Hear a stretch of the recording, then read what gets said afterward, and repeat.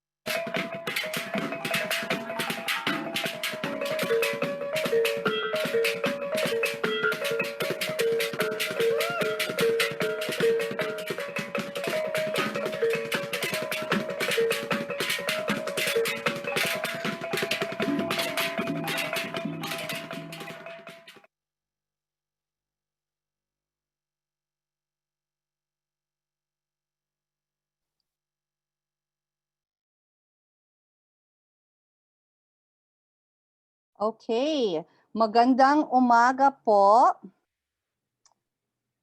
Magandang gabi. Good morning, good afternoon, and good evening, wherever you are in the world. My name is Charisse, and welcome to Voices from the Field, Filipino Identity and Contemporary Cultural Practice. We would like to thank all of you today for taking the time out to register and to choose to spend the day with us, the morning or the evening or the afternoon, whatever that may be. So this October, for Indigenous Peoples Month, Museum and Galleries Month, and Filipino American History Month, we are bringing you Voices from the Field, a series of webinars that intend to create meaningful dialogue around different topics such as Filipino identity, affirmation, and contemporary cultural practice.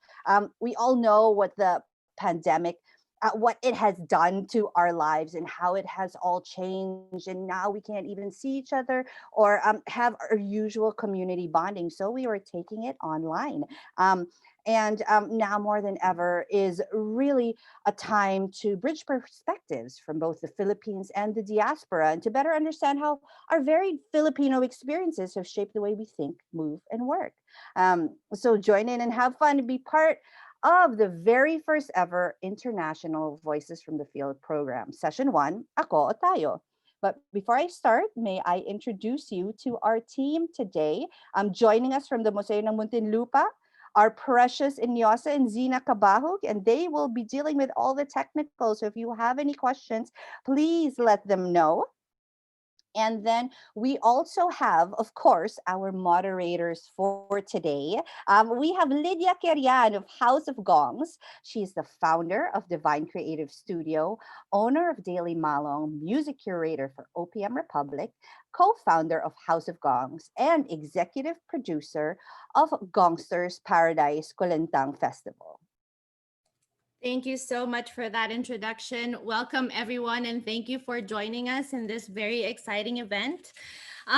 Before we begin, I also want to introduce one of our co-hosts, Mr. Migs Anzures.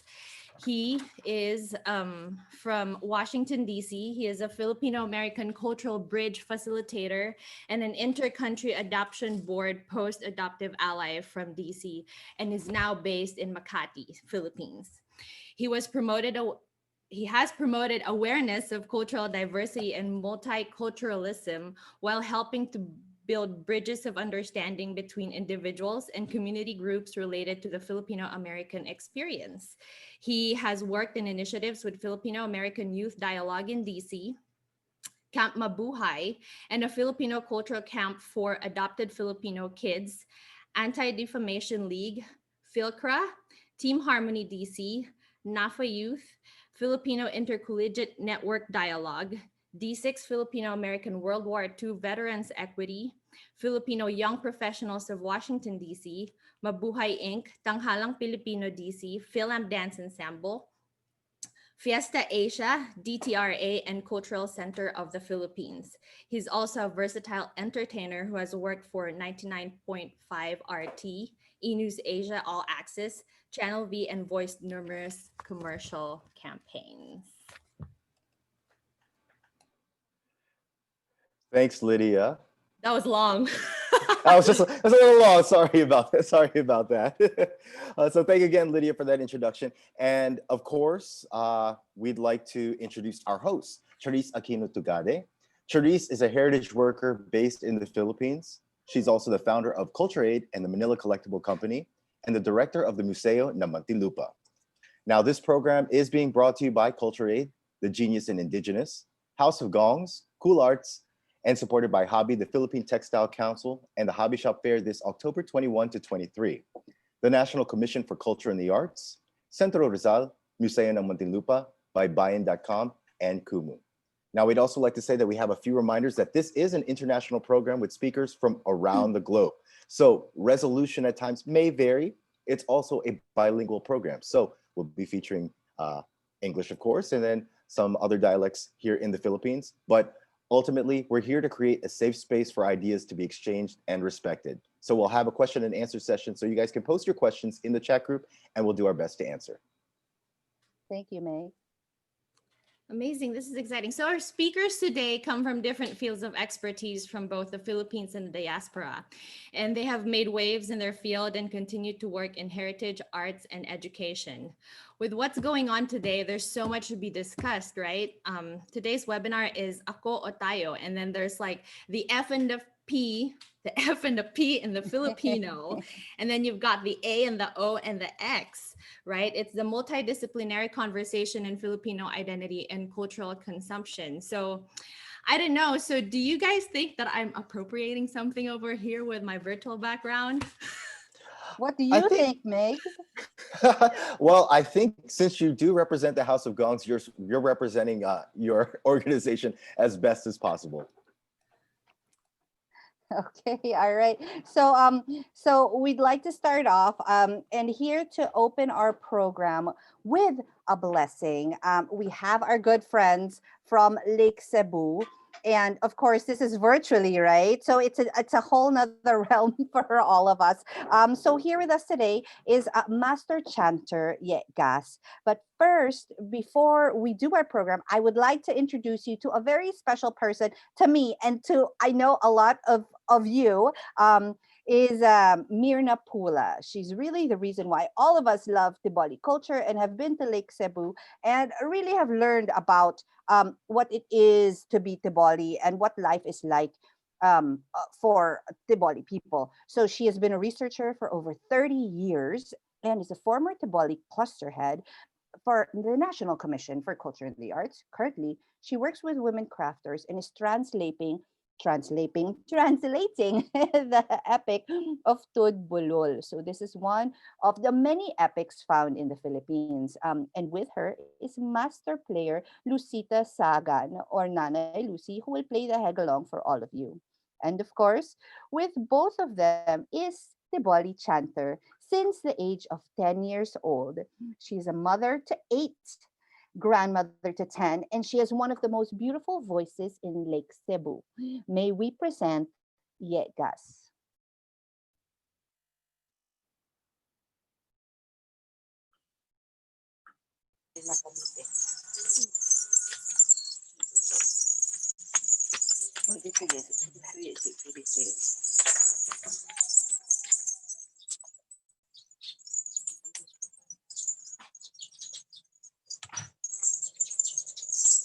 In every event, we do our offering and we throw the incense to drive away the bad spirits.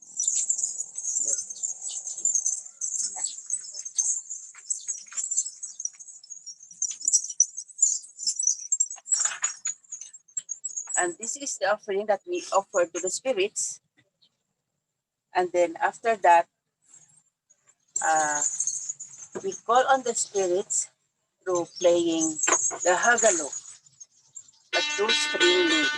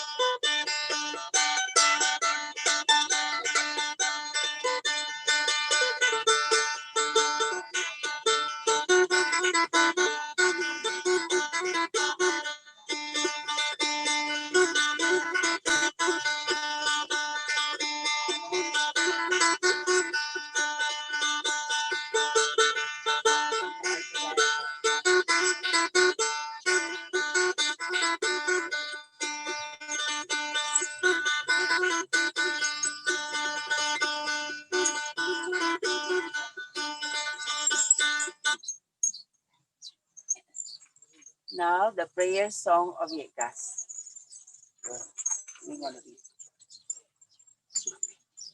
Hindi, salamat ko amam oras ni tanem go kum nung wede la do sebu boluyem bu amore makulum de la dogi e tono go mu tembu de la do se bu no lu kun manende la ramam ni eni kun manani sebut dai de bolu ye manani kum eta ide fungulen ete kodum lemon ete loyu bolu ye lete ada hasotun lemon lete gaya la da ko te benun weben yogon taha udulen lete bo wo bo luyen ben fun bo I na bay mo nam li bun fun nen li bun tu den mơ ba tu la do ko ma mi bun we de la do ko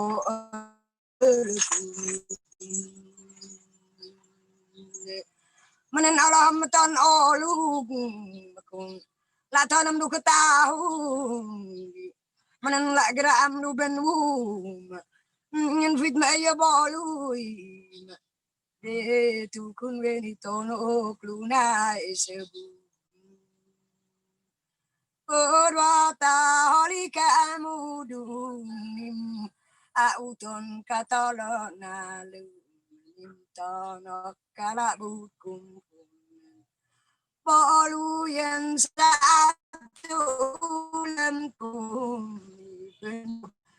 agat ibu urwata holika amudum nare bakna Bata holimi asamunu benuni baseti fundi namsaris ma anit balum de la amam amaton olu mama anila agonu bolwi ma fit ma ada yo ha olu la tanam duni ben mamam saris ma anit balum the prayer song is all about she is singing that she says we are the peoples of the indigenous tribes of Lake Cebu, ancestral domain and beyond.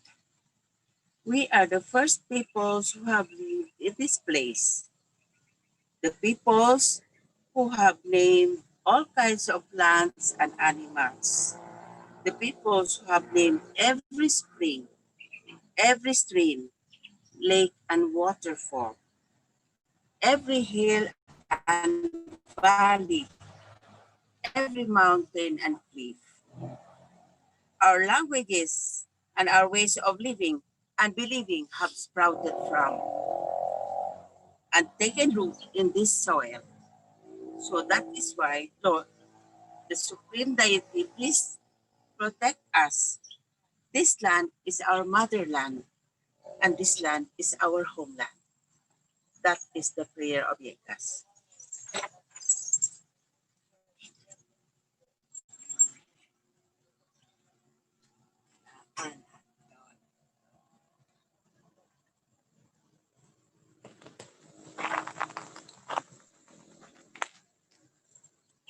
Maraming salamat po, Nanay Mirna. Thank you so much for the blessing, Yegas. We are thankful to have them in this panel. Our first panelist, I would like to introduce our first speaker. He is the COO of the Save the Ifugao Terraces movement from Ifugao, Philippines. And he helped establish the Indigenous Peoples Education Center in Ifugao, or IPED. We had requested Mr. Marlon Martin to talk about the current practice in Ifugao identity affirmation, socially engaged practice in entrepreneurship, and thoughts on a discussion in the US cancel culture. Kuya Marlon?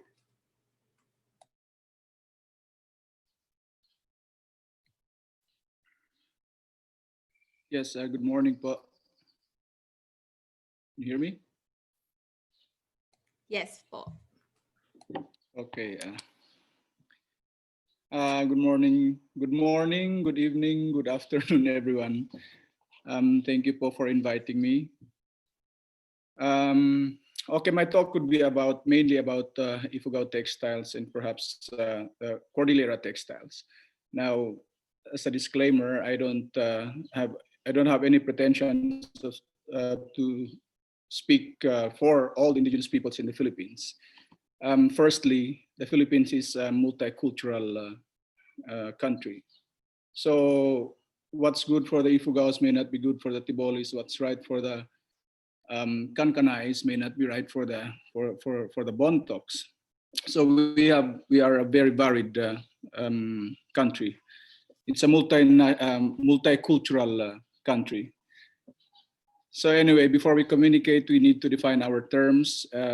Recently, we've been having a lot of controversies, especially on the use of indigenous textiles of the Philippines. Now we have an organization where we have an organization of weavers in Ifugao, where we sell our items to not just to Ifugaos but also to Filipinos outside the province and outside the country. And we've been getting a lot of questions from a lot of people, especially now that the fashion world is talking about cultural appropriation. So hopefully with this talk, we would be able to define what is an Ifugao fabric, or say what's a Cordillera fabric, what makes them sacred, what makes it traditional, what offends the Ifugao or the Cordilleran in the use or misuse of their textiles by other people. And of course, basically these are questions of, these are ethical questions, which we hope to address during this conference, this webinar. So anyway, so weaving among the Ifugaos is, it's a very ancient art form. It has a very long history. In fact, it is so old, every step of the weaving process is deified. The Ifugaos have about more than 1,500 gods, much like many indigenous peoples in the Philippines. We have a pantheon of gods and goddesses. So the Ifugaos have about 24 weaving gods. So and this makes much of our traditional textiles sacred. So we have we have a god who spins the cotton into thread. We have a god who dyes the thread into indigo.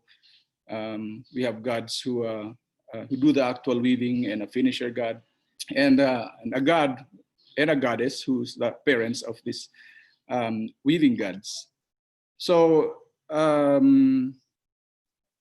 this makes most of our fabrics part of also of our religion, and I think this is the part where most of as we are using our fabrics now, that makes it the use of our traditional fabric sensitive, because this is related very much to our traditional religion, to our traditional belief system. But let me make something clear. The Ifugao fabric has always been an object of commerce. So since time immemorial, the Ifugaos have been using our fabrics as an object of trade, as an object of commerce. So it has acquired purchase and redemption value. I think most in the Cordilleras, most of our traditional fabrics were used to settle debts, to buy something in exchange for other goods which they don't have in their villages. And we also use it. We also traded with lowlanders. So the reason why in the Cordilleras there's always this, there are shared, there are components of our fabrics that we share with our lowland brothers and sisters. So there's really no exclusivity to say this is strictly an Ifugao fabric, or this is strictly a Bontoc fabric, or this is strictly a Kankanai fabric. So we share a lot in common with fellow peoples in the highlands of the Cordilleras and the immediate the neighboring lowland provinces. So ceremonially, we use our fabrics as in a lot of ways. Now, first, we have fabrics that are exclusively used by the noble class. So we have the Kadangyan. This is the traditional Ifugao society. We have the upper class, the nobility. We have the commoners, and then we have the Nawotot or uh, uh, um, the poor people. So each hierarchy of our society would have their own identifying fabrics. So this is a badge of identity, and making our fabrics as a badge of identity is not only limited to the socio-political structure. It is also you can tell by what a person is wearing, for where he's from which village. The Banawes would have their own distinct marks in their fabrics. The Sagadas would have their own. The Bontocs would have their own. The Kiangans would have their own particular fabrics. But there's something common in these patterns that would make it Cordilleran. So yeah. So anyway, it is also used as it has the social, as part of its the socio-political components of our traditional fabrics. Sometimes it's used legally as a payment for debts. As you know, we even have blankets where it shows for somebody to recognize to recognize the legitimacy of a child. No? So if the quinto blanket is given by a father to an unwed mother, that's recognition of paternity, acknowledgement of paternity. So we have a lot of our fabrics have their own functions. Now I'm talking about these traditional fabrics. Not everything we weave are traditional, can be considered traditional fabrics, you know, because our fabrics are fixed, they're predetermined. Designs are not subjective. Everything is dictated by custom law. The color, the patterns that you use, these are, and the culture bearers, our elders. Well, not necessarily elders. Among the Ifugaos, we don't have a council of elders, but we have these people whom we refer to as the nanomnoman, or the knowledgeable people. So there's no discrimination in age for as long as that particular person is trained in understanding custom law. So they can actually say if this is a pinagpagan blanket or is it a gamit skirt. So each fabric would have their particular particular designs.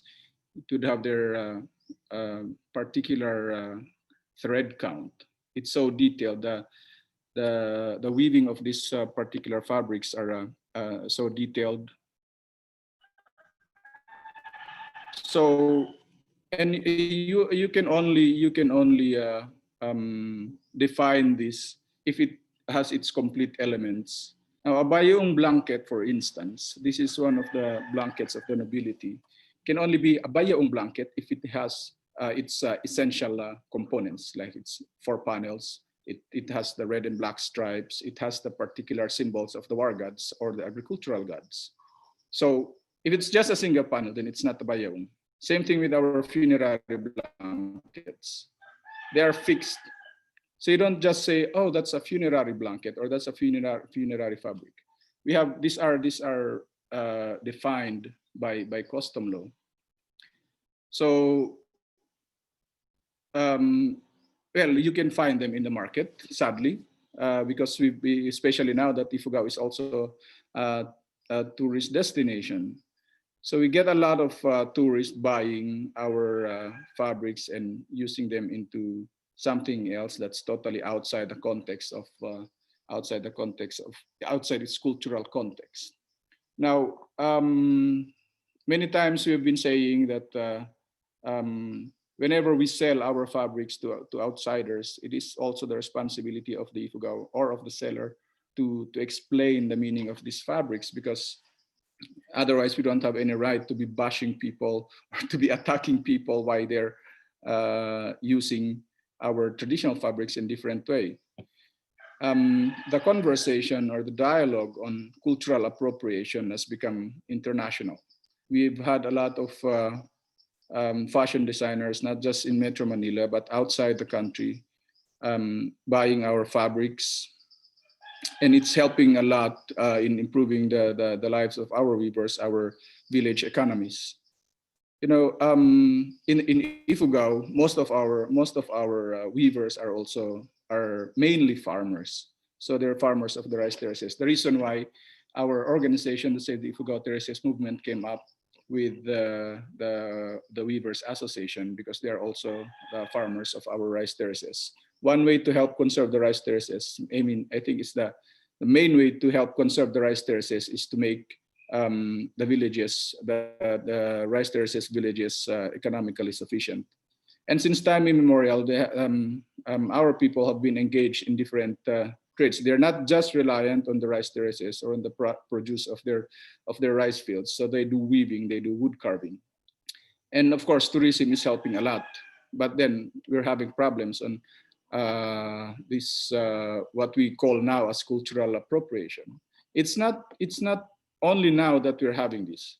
Well, since the time of the Americans, they've been buying a lot of our fabrics and using it in different ways, totally outside the context of of its cultural context. It's more emphasized now, of course, because of social media. So we see people using our sacred blankets as table covers. Our death blankets being sewn into gowns. Our death blankets being used as bed covers. I think most Ifugaos are still sensitive about this. Though of course there's a big solution there's a solution to this, which is, you know, well, the outright solution would be stop selling traditional fabrics to outsiders. But we do have, like, say, serious collectors who would like to buy our traditional garments. And generally, I don't think the Ifugaos are against the selling of traditional fabrics to outsiders. It's just that they should be used appropriately. Just recently, we've one designer who came up with the bahag shorts. Somebody else came up with like bahag skirts. Well, the bahag is a loincloth and it's only used by men. So well, as much as we want you to wear our traditional fabrics, you should wear it in its proper context. Like, we don't let our women wear our bahag. We don't let our men wear the wraparound skirt. So perhaps our designers should be more sensitive about this. And it's not that we're saying that you should, and we're not even saying that you should stop buying, because this would have a very bad impact on our local economy. A lot of our Ifugao perhaps still has the most number of traditional weavers. Recently, we've been getting a lot of emails, questions from outsiders who are saying that maybe you should stop selling your traditional fabrics.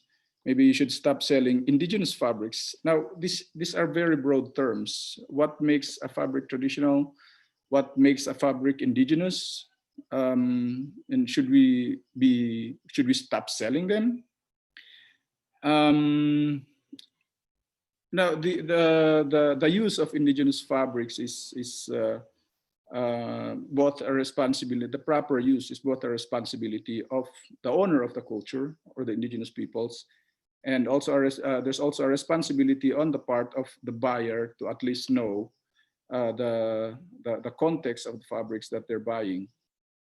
Among the Ifugaos, we have our fabrics are everything is our traditional fabrics. They're every color, every pattern has a meaning.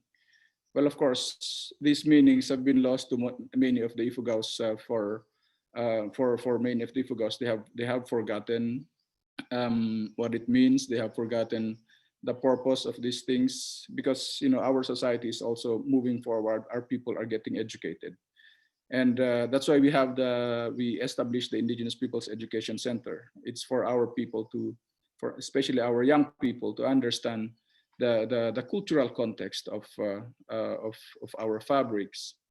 So all the iconography, the symbols that we use in our fabrics mainly represent our deities. So these are sacred symbols. Just as the Christian would use the crucifix to symbolize the Christian God. Of course, the traditional meaning of our fabrics has been lost to all the changes that has been going on in Ifugao.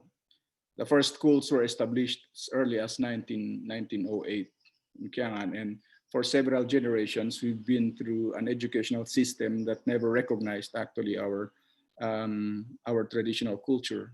So imagine 3 generations being taught the values of Christianity and demonizing the old religion.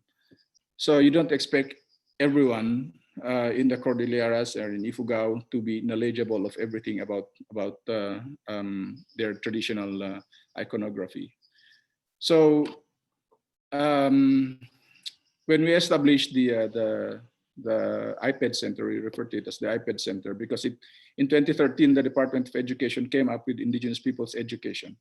It's where all areas in the Philippines are supposed to localize and contextualize their learning materials and their curriculum, so that it would include the local culture and the local history, which is, of course,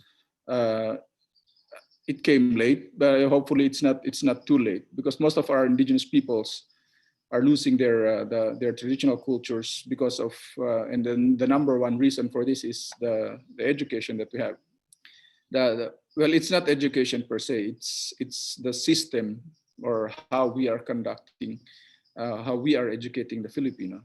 So now we have a lot of young Filipinos trying to trace the roots of their Filipino-ness, their being Filipino, by looking and by using indigenous peoples as like their windows to the past. Now, indigenous peoples are not stuck in the past. We are also moving forward. And a lot of us, we are still trying to maintain some parts of our culture that are functional. Indigenous peoples are basically utilitarian. So whatever works now, we try to keep that.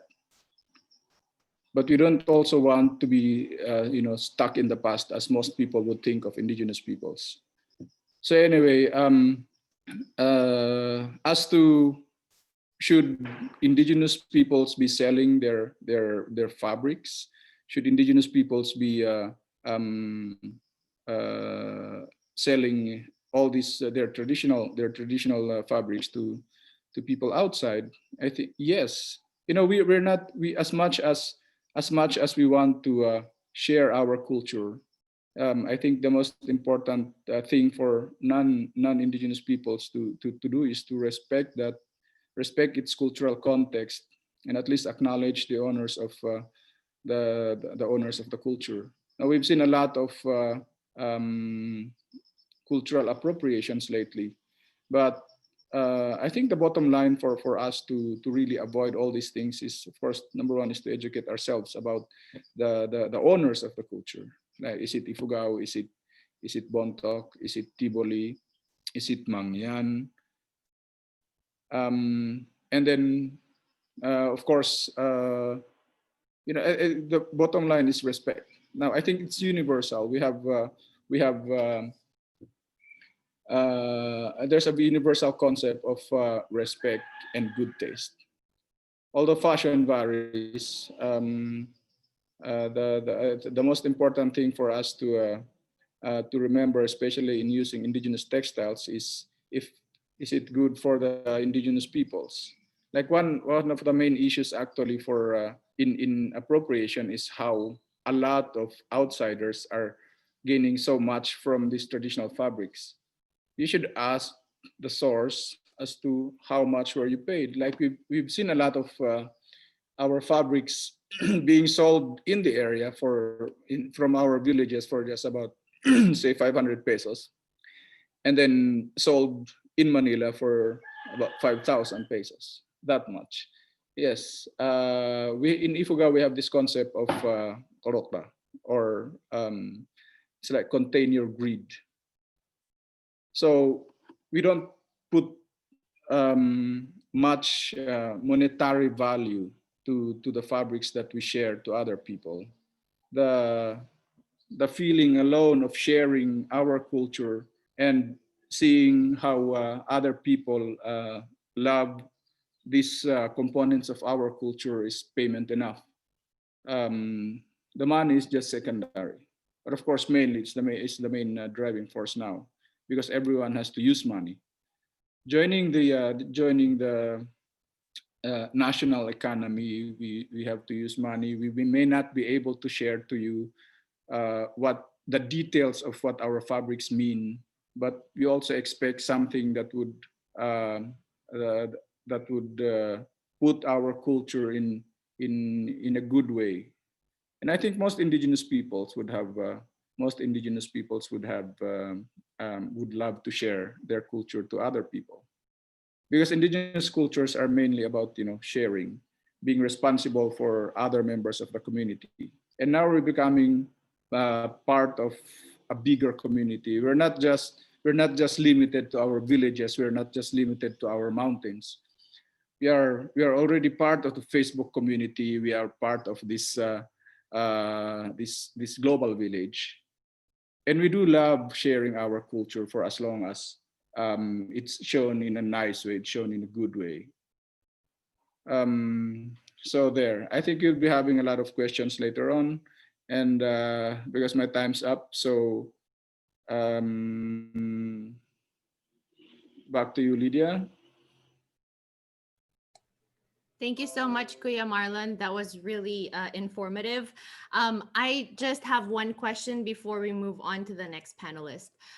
So this is like a really, really meaty conversation in the diaspora right now in North America. And my question is that in drawing the line in appreciating and consuming and practicing indigenous arts and culture, is how important is blood quantum in doing that, or in drawing the line for the consumption of culture, at least to you? Well, I think there are components of our culture that we share, and there are components of our culture that we keep to ourselves. So, well, because we are talking about fabrics, I think that's a shareable thing. But again, it has to be used properly. Like we would have in my province, among my people, we would have like non-Ifugaos becoming more Ifugao than most Ifugaos. No kinship relationship, but they practice the Ifugao way. They use Ifugao values in their everyday lives. And does that make them Ifugao? Well, it depends on who's talking, on who's going to judge that. But to most, as far as custom law is concerned, for as long as they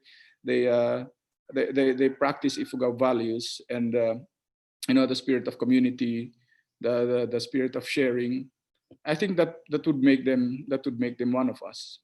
Now, this is not like there's a different you and there's a different me. It depends on how we look at things, especially now that we are no longer like isolated in our respective villages. We're all part of this blah blah blah humanity. This is humanity that. But I think yes, there are things that we share. Most components of our culture we share to non-Ifugaos. But there are things that we want to keep to ourselves, and I think everyone else should respect that. Thank you so much, Kuya Marlon. So we will be accommodating other questions at the end of the panel. We will have to move on to our next speaker. Salamat po, Kuya Marlon. Our next speaker is Alleluia Panis. She is an American Philippine ex-director, choreographer, and a nonprofit arts leader. She's the artistic executive director of Cool Arts. This is America's premier presenter of contemporary and tribal Filipino arts. So we over here call her Manay. Manay will talk about the contemporary performance in tribal tour and the identity affirmation. So Manay would maybe we should start with kind of like walking us through your journey as an artist and your work. Okay, hello everybody. Thank you so much for having me in this amazing, people that I totally respect on this panel, and being able to speak to a large group of people around the world. The question is my journey. Oh my gosh. Where do we begin? So I'm going to focus on what we call the tribal tour or the tribu tour. And in 1989, Cool Arts had a performing arts ensemble called Kuntang Arts Ensemble. And our first Philippine master artist in residency was Danoan Calanduyan, the late Danoan Calanduyan. He was with us for 3 years. And so in 1989, we had the privilege to perform in Singapore and also at the Baguio Arts Festival in Baguio. And what I said to the company members was we're already in the Philippines, let's go to Mindanao. And so basically chose the areas where the Philippine Airlines would go and just decided to visit. As you know, even today, there's a lot of fear about Mindanao. And of course, all our relatives were freaking out that we were going. Nevertheless, it was such an amazing experience to be there and then connect with the people, and knowing full well that that we were visitors, that we weren't there to we were only there to learn. We weren't there to learn their dances so that we can perform it, but we were there to experience it. And so at that moment, I felt like my people in the diaspora would benefit so much in learning more about the indigenous people of the Philippines. And so we did not get the chance to do that until 2002. And we continue to bring people to different tribal groups, including Marlon's group last January. Can you believe it? That was the same year. And really, it's very directed and very, counseled, in that we are not there to change the culture. We are not there to, we are visitors, and we must be respectful of that. So that's kind of the journey for the learning about other people or our people's cultures, and the hopes that maybe that also that we can find our own.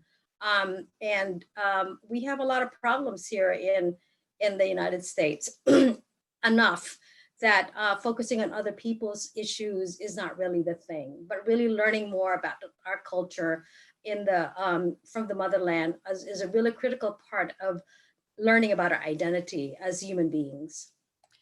Thank you, Manay.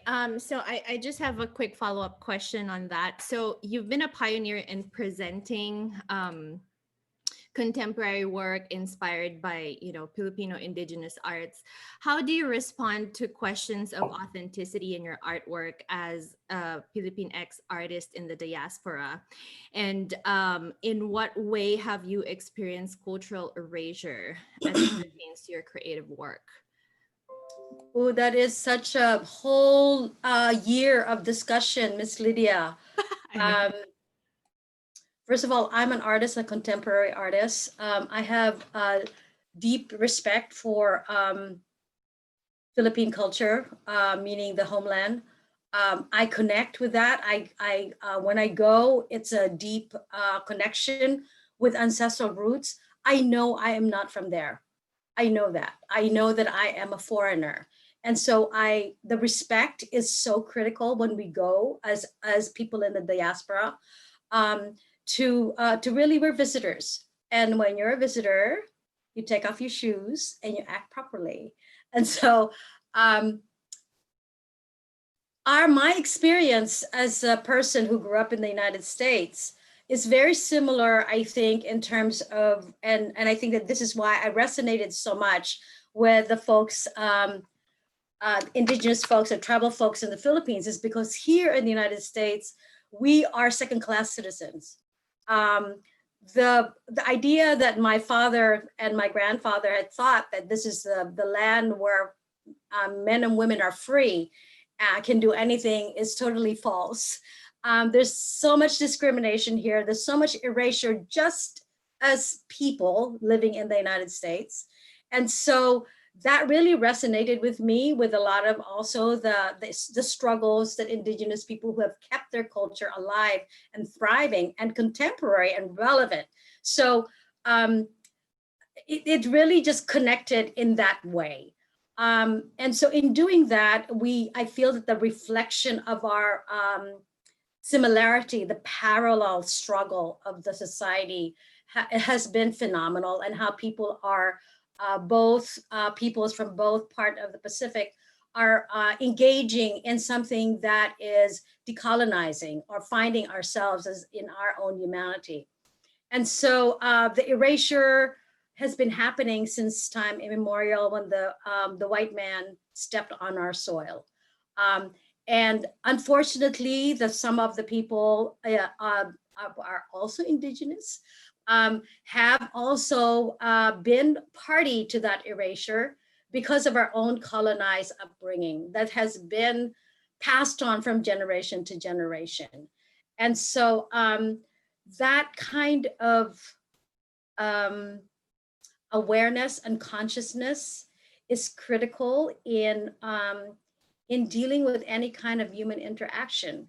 And respect. I can't say any more than that in terms of how you deal with everything in your life. My work as an artist is totally what is that? My perspective. So I'm not representing anybody else but my own experience. And in doing so, I'm not representing who I'm not representing a tribal group in the Philippines. That's just not my my calling. I appreciate people who are doing that, however, and I see it as a piece of work. So for me, the work that I do, let's take it to the Western construct of Shakespeare. I don't know. When there's the play Romeo and Juliet, that was not a representation of the Italian people. That was a play that was located in Italy. So that's that's where I'm coming from as an individual artist, is what is my story? I'm a storyteller. And what am I experiencing from these? How am I seeing the experiences that that I've had in my life? And what I'm hoping for, that it resonates deeply with me, and it's burning, in my gut in the middle of the night, that there would be other people that will also relate to that story. But I'm very clear that I'm not representing all the people or any of the people. I'm only representing the experiences that I've had. Thank you so much, Manay.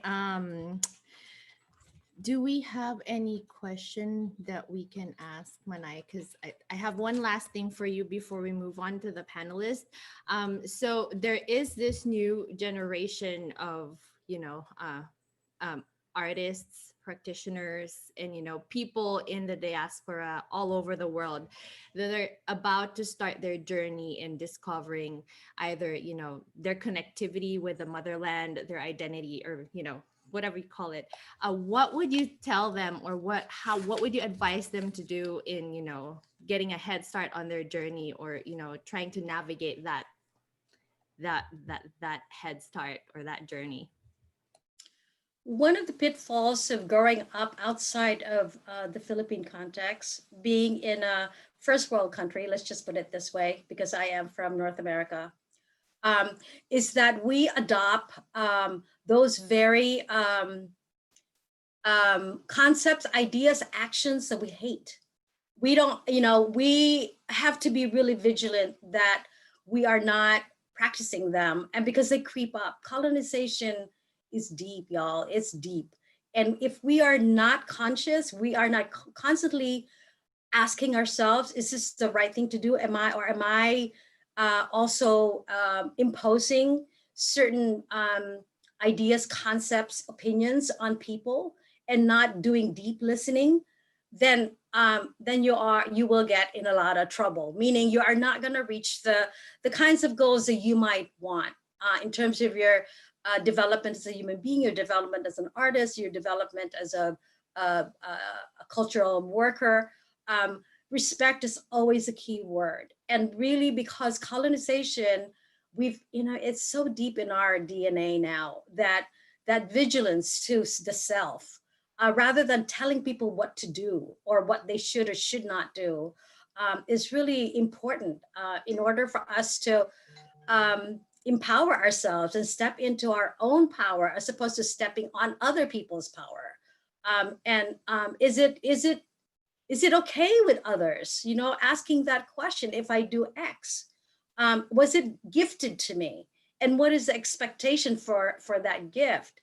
Am I supposed to give back? What is the culture telling me? If you're not sensitive, this is how I think I'm only speaking from an American point of view, that I hear that Americans are so dense, but also, growing up in a culture that's very different, we can really fall into that category really quickly. And in order to go to the motherland or really experience a deeper deeper connection, is to really watch yourself more than watching others. And it will present itself to you almost magically, honestly, almost magically. And people are so incredibly giving in the Philippines, in all parts of the Philippines. And if people show the respect, they will get so much more. Thank you so much, Manay. That was really informative and inspiring. So we will move on to our next speaker. Salamat po, Manay. Thank you for being part of this panel. So our next speaker is Mr. Oscar Peñaranda. He's one of the original voices that defined and developed Filipino-American literature. He was the first president of San Francisco chapter of the Filipino-American National Historical Society, or FANS, as you call it now, and advocates for the teaching of Filipino heritage studies. He will be discussing, differing sensibilities and indigenous wisdom. Tito Oscar.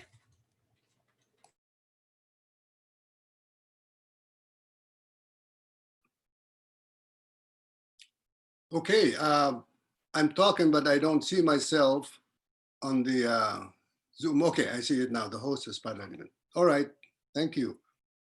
I have a couple of notes here what I'm looking at, so if I look around, don't be bothered with it.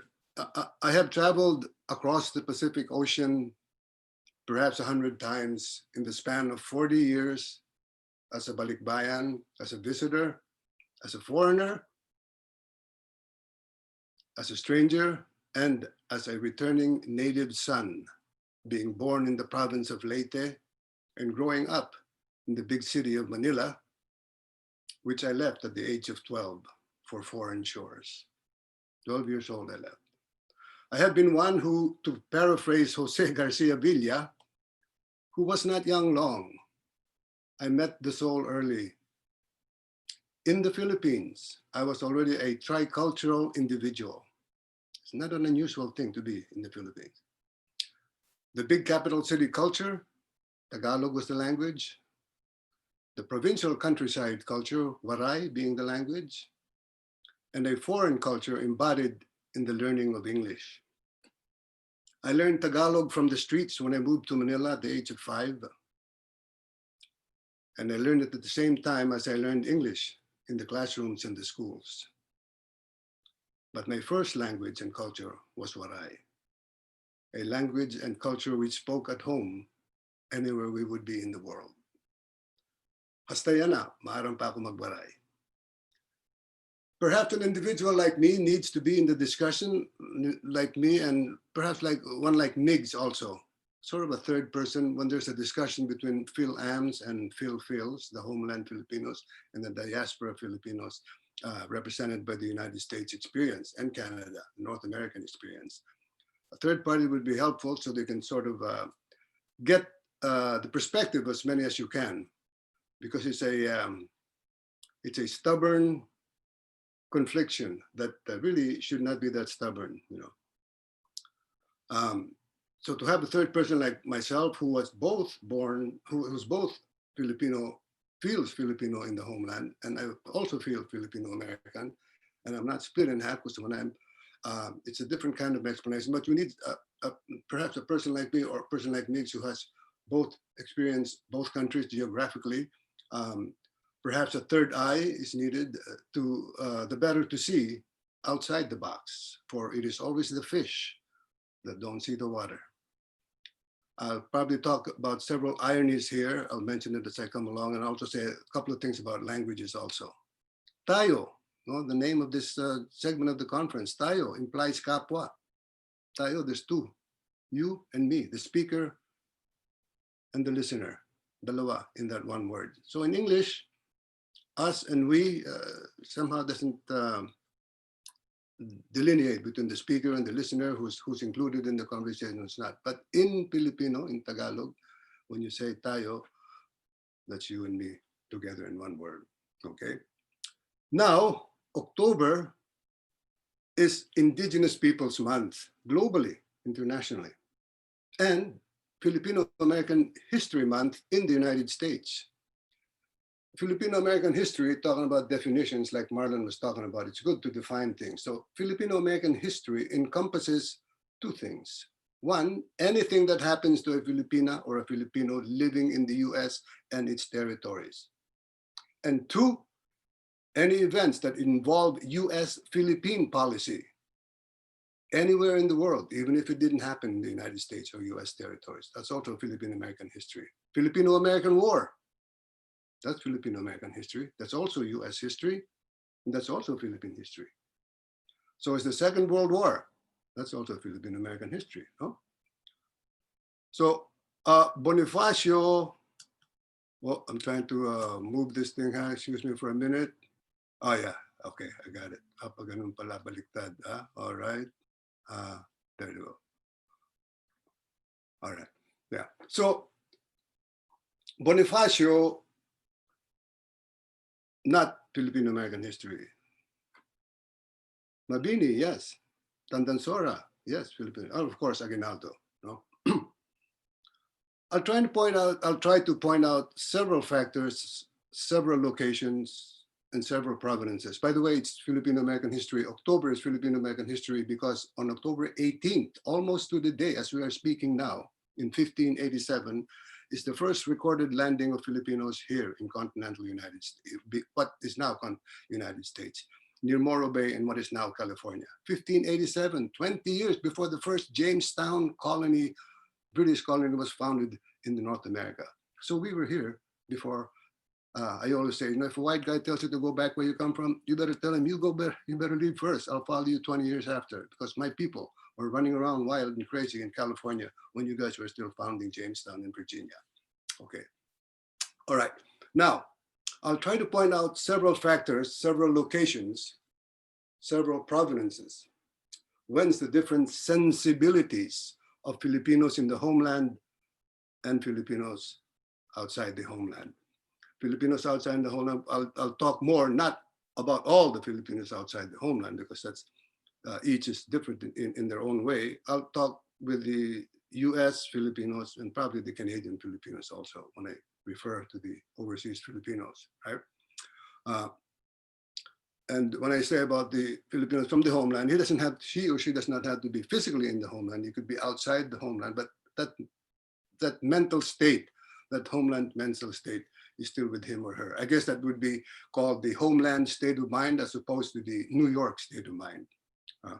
And the Filipinos, compare them to the Filipinos born and or raised here in the United States, babad na dito, they've been here for a long time. And in some extent, you can compare that to the overseas Filipinos, but I'm not too sure, okay?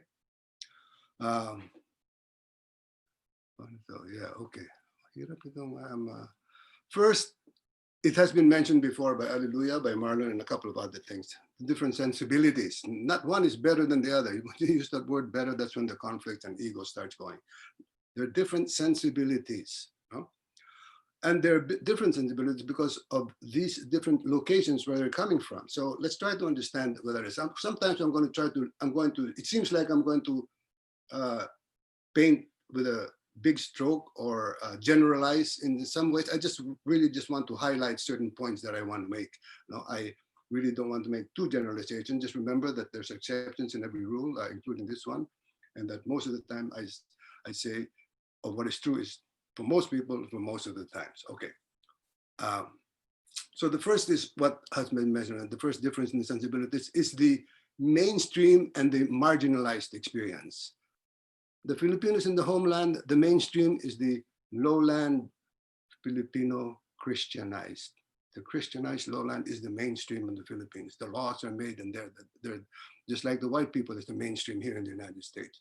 So the Christianized lowland, so that outside that mainstream are the marginalized people, you know, like the indigenous people, like the Muslims. No.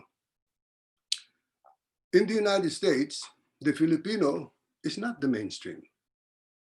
We're the marginalized people there. We're one of the marginalized people. So we don't have that, so we have that always, protests comes from the marginalized. So many protests, we understand many of the protests here in the United States. We understand the people of color because we went to, the second difference is that the two mainstream is that the Filipinos here in the United States who have been here for a long time have gone through the systems here in the United States, have gone through grammar school, have gone through all, so that they would know better later on the institutionalized practices like racism. They would have experienced it already, even if they didn't have it, the definition in their mind.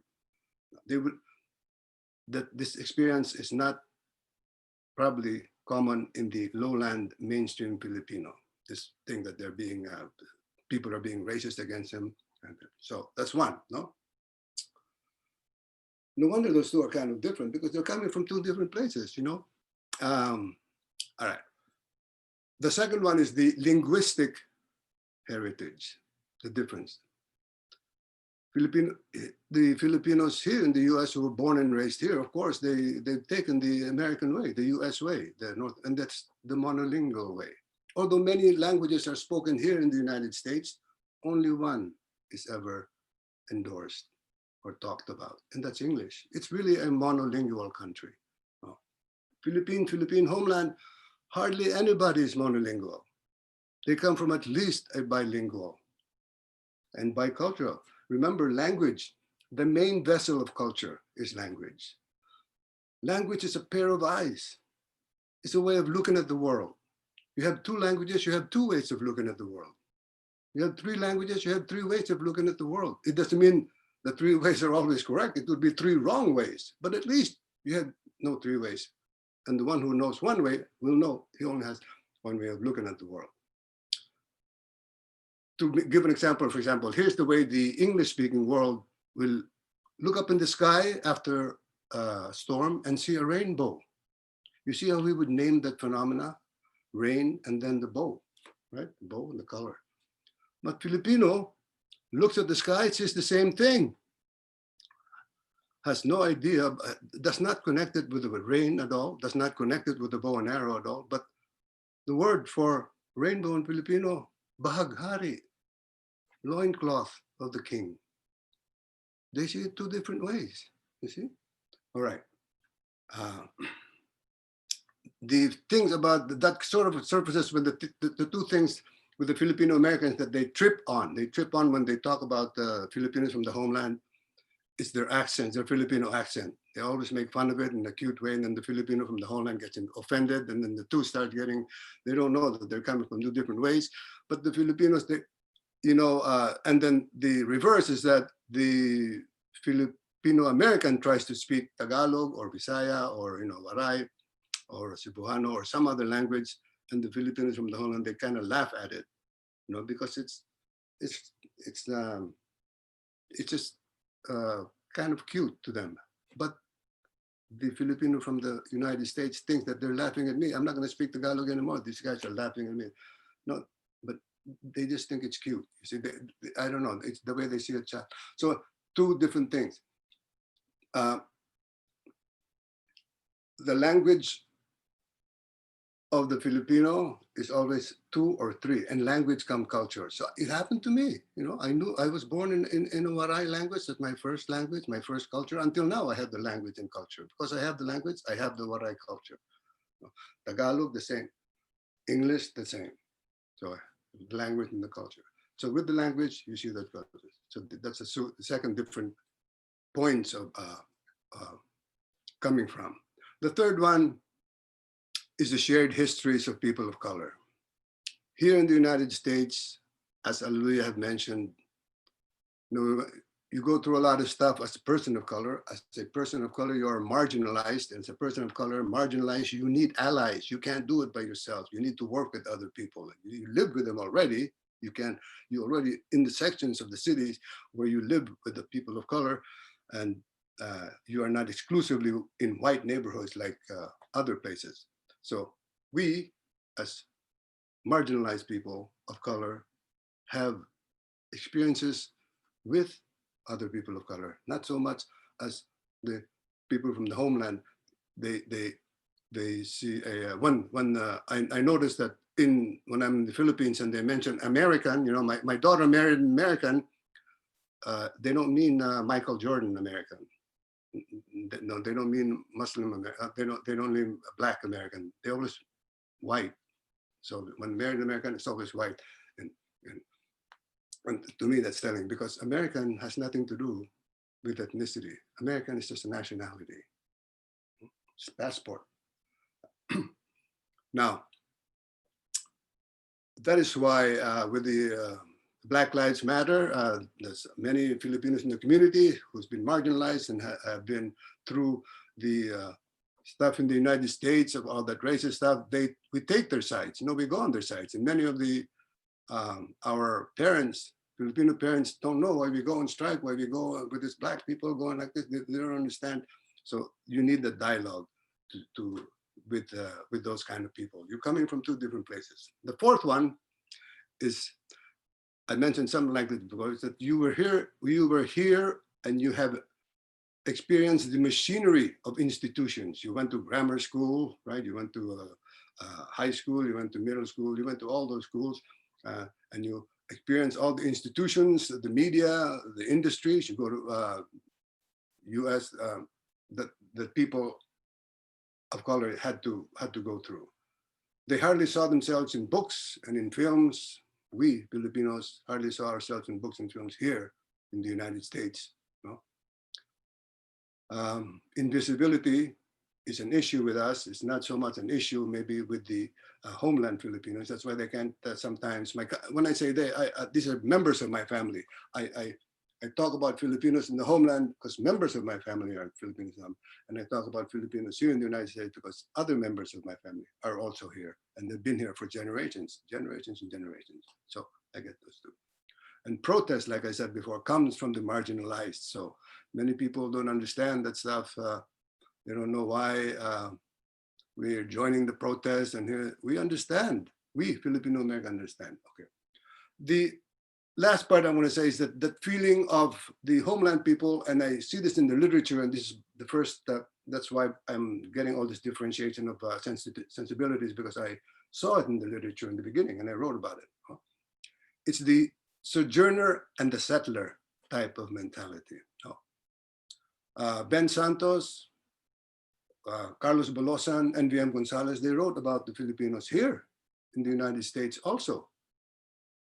I and my generation write about the Filipinos here also, but the difference is that one is that this feeling of the sojourner and the settler. So to NVM Gonzalez and Ben Santos and the people from the Philippines, they come to this place and they see the Filipinos, and the Filipinos see themselves as guests, as sojourners, you know. So, but the new one, the people who wrote Liwanag, I was one of them, I was in my late teens, the people who wrote Liwanag and the generation after Carlos Bolosan did not have that sensibility in literature anymore, that we are sojourners here.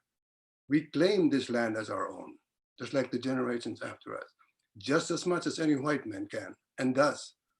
No more the sojourner stands. This land is ours just like any white man. We contributed to its making just as much as anybody else. We are not new here. We've been here, like I said, since 1587, October 18. Only the Native Americans are really the true hosts of this continent. So that's part of our feeling. So the homeland mentality sometimes does not go this way. He plans to settle here in the United States, but like most immigrants, tend to be conservative and see this place as his host. No? So these are the 5 different types of sensibilities for different people. But I just want to sort of warn people that some, on both sides, they have this feeling of superiority over the other.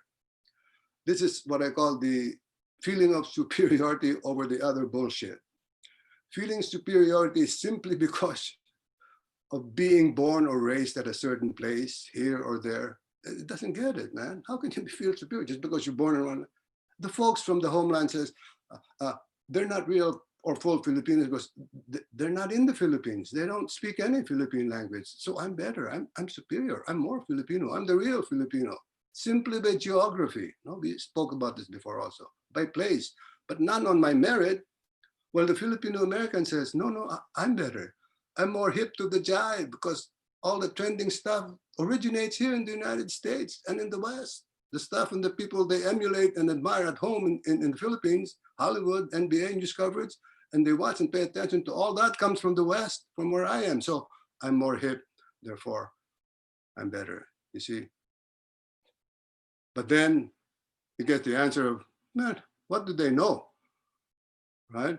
So the Phil-Ams are better because they are closer to the colonizers. This is what some of the homeland Filipinos are saying. I don't understand why they would feel that they look down on us. They're closer to the colonizers that they criticize and that they constantly rebel against. And then now they claim superiority because of it. So, you know, it's kind of confusing. But if you know where both are coming from, you can still dialogue over this thing. But once that word better is used, the discussion is off kilter. No one's worth is or character is better because of geography. Who is more Filipino, is born and raised in the homeland, but knows who is more Filipino? The person born and raised in the homeland, but knows and cares little to know history. Not even about the indigenous people there. So from Makati to Baguio to the Ifugao to Banawe, he's never made the trip. Right? That Filipino, is that a real Filipino or the one in America who studies history and heritage but knows no Filipino language, but is finding ways to learn to speak? So one can relatively easily learn a language, but to unlearn a consciousness behooves one to take a good look at that consciousness. Because before we can think out of the box, you got to see the box first, right? Okay, so I'm going to start ending it. I'm just going to roll this down here. Yeah. So I think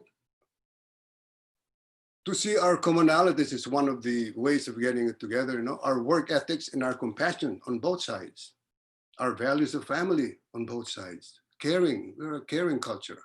Here, we're still a caring culture.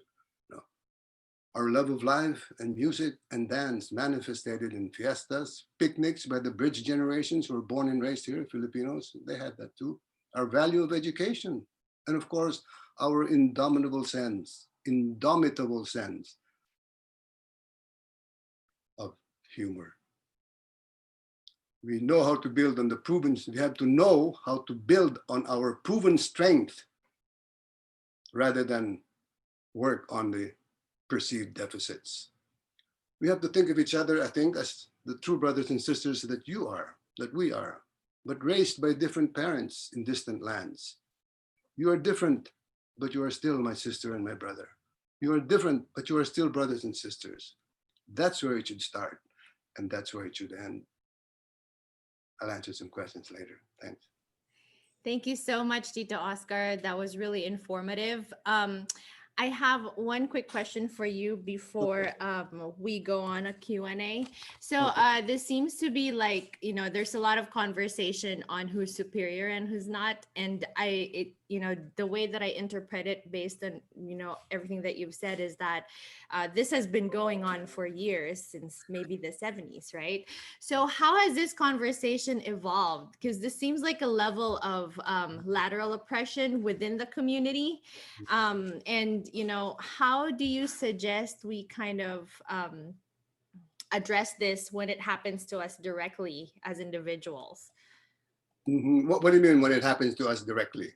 So yeah, so let's go back to my first question. How has these conversations on, you know, superiority evolved over the last maybe 3 decades? Yes, it's been like that. If you watch some of the movies, some of the, like there was a movie, The Debut, made in the 90s, I think. And then there's a movie, Lumpia. There's other filmmakers, Filipino-American filmmakers here. That is always the main theme, that gap between.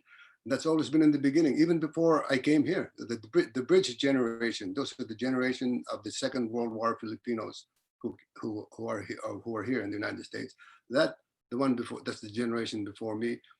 They were already having there's too many misunderstandings. To me, I think it's been there since the beginning because there has been no education about each other.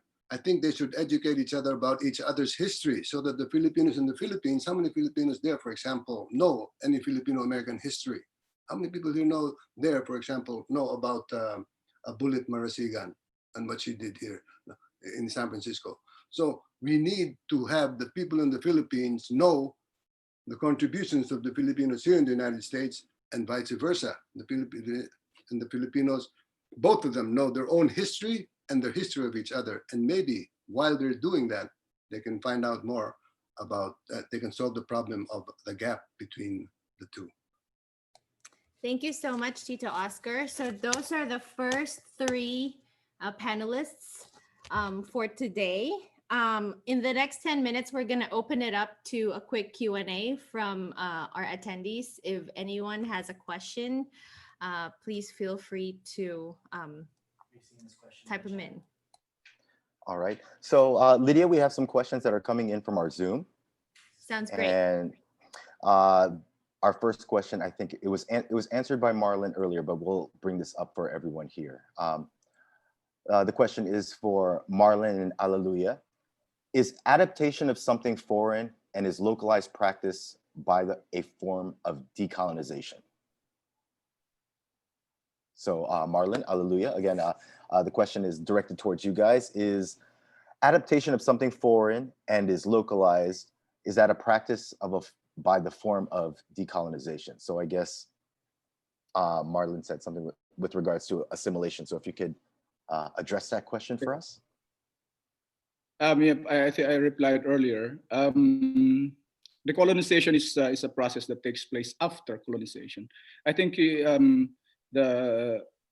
was it Mr. Garcia who asked the question? That the term should be more, it's more like assimilation or co-optation, because it happens within the process of colonization.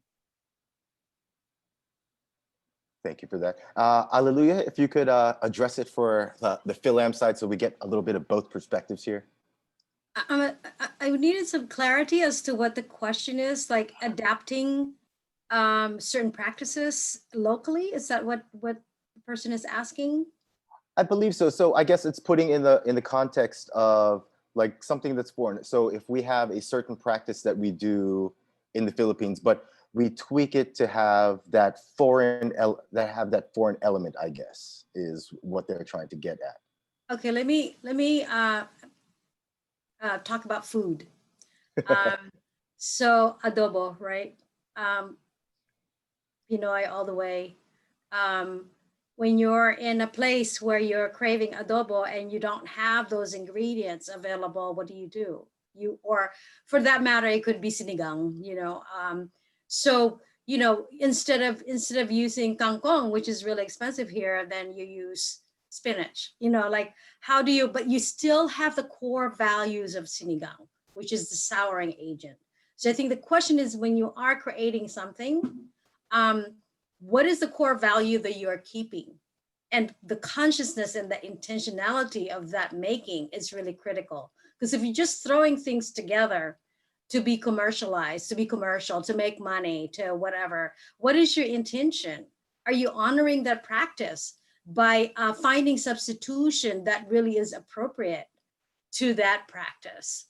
It's a slippery slope. And I think it's the internal dialogue needs to be really important and deep in order to make sure that you are doing it in the way that you would like to do it. Is it decolonizing? For sure it's decolonizing, because you are still taking on the core values of your ancestors and respecting it, rather than just throwing something together in order to make money or whatever, and not respecting the values of that. Okay, thank you so much for that. We also have another question here is, what do you think of mixing accessories and fabrics from different indigenous peoples to come up with an ensemble? I think for a lot of Filipino Americans or Filipinos abroad, especially when they want to represent the Philippines in either their cultural in their cultural aspect, sometimes you'll see them.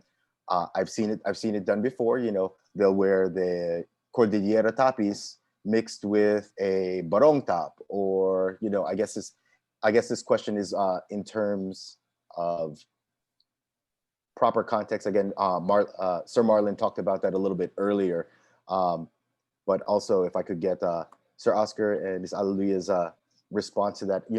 How do you represent yourselves in various functions, to show off the Filipino experience, but at the same time, I guess, is the mixing, what do you feel about the mixing of these different groups in terms of dress? Oscar, you want to take that? Well, I wouldn't do it because I really don't know too much about both group or the groups that I would mix it in. But assuming that I know something about the indigenous cultures that I'm mixing in, I would ask them first. I wouldn't do it right away. I wouldn't do it on my own. Sir Marlon? Yes. Can the indigenous say something? Yes. Yeah, I think that I have a very local example. In Ifugao now, we have like, well, traditionally we have like, we have Banawi people, we have Kiangan people, we have Hingyan people. All Ifugaos, but coming from different Ifugao groups. So where somebody's from by what they're wearing. And then of course we have forward in and now there we intermarriages.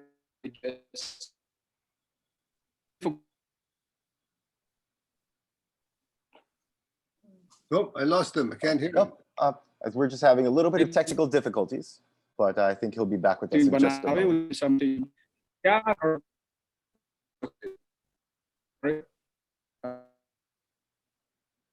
The sound. Okay. Sir Marlon?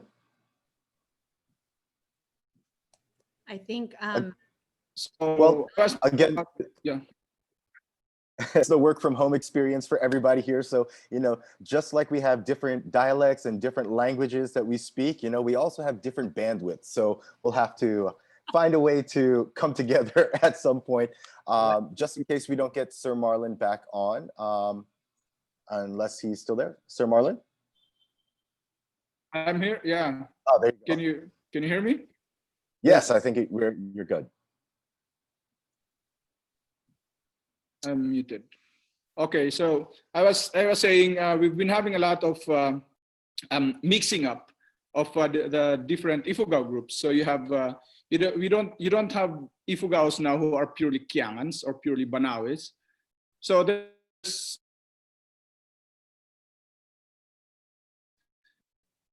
I'm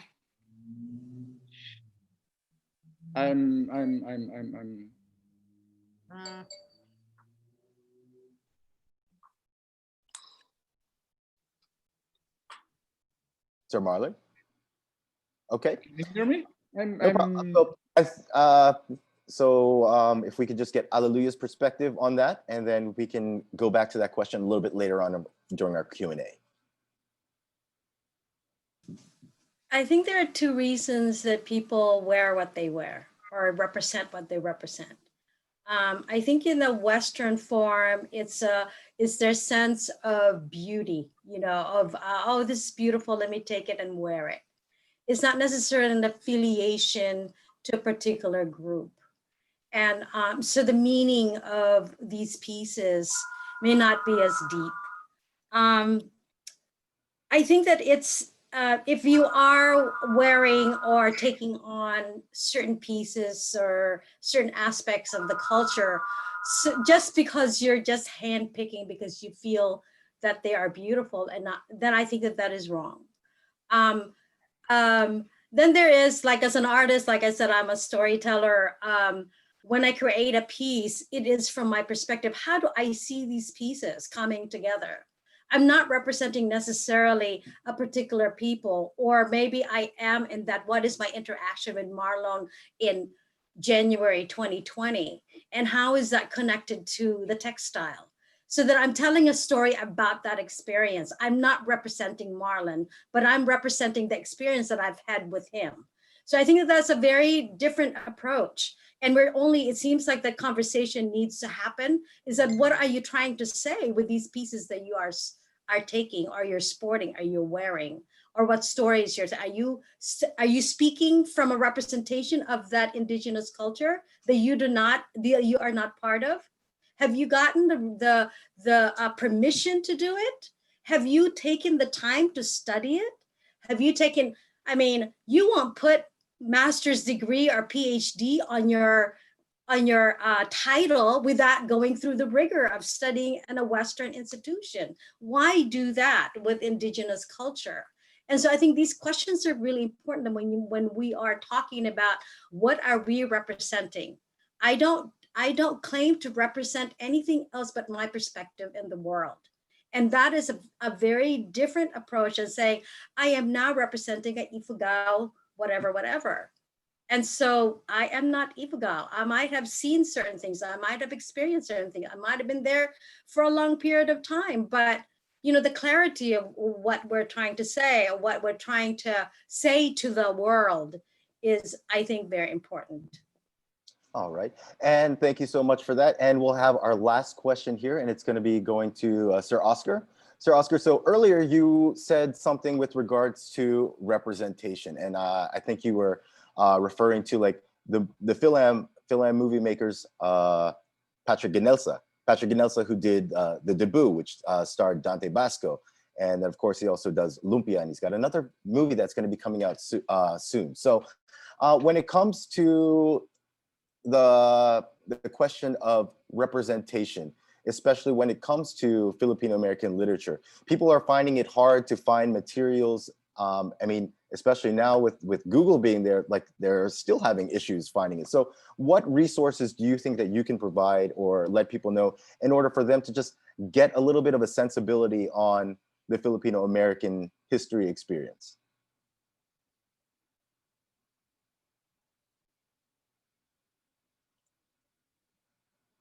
Sir Oscar, I think you're on mute. Okay. There we go. Okay. Yeah. When I said a little while ago about the I forgot now. What was the last part of the question you said? Can you repeat it? Where they can find resources to learn about the Filipino American experience or history. Yeah. When I said that one of the antidote to not knowing each other is that to know each other's history, I also meant to know each other's literature. good writers from both sides. So Filipino should know about the Filipino Americans should read Filipino writers from the Philippines, and the Filipino writers from the Philippines should read Filipino American literature. Not just the writers, of course, but everybody is what I'm saying. But Filipino literature is included there. Okay, now Filipino literature, I know people say there's not much of it around, or it's hard to find. I may agree that it's hard to find and hard to get, but not much of it around is not true. It's all over the goddamn place. It's all over the place. You know, I know if you can get my email, I'll give you a whole list, or anybody else, I'll give them a whole list. Ever since 2000, someone, I think Eileen Tabios or one of the writers kept, I think Barbara Jane Reyes, kept tabs of all the publication of Filipino American.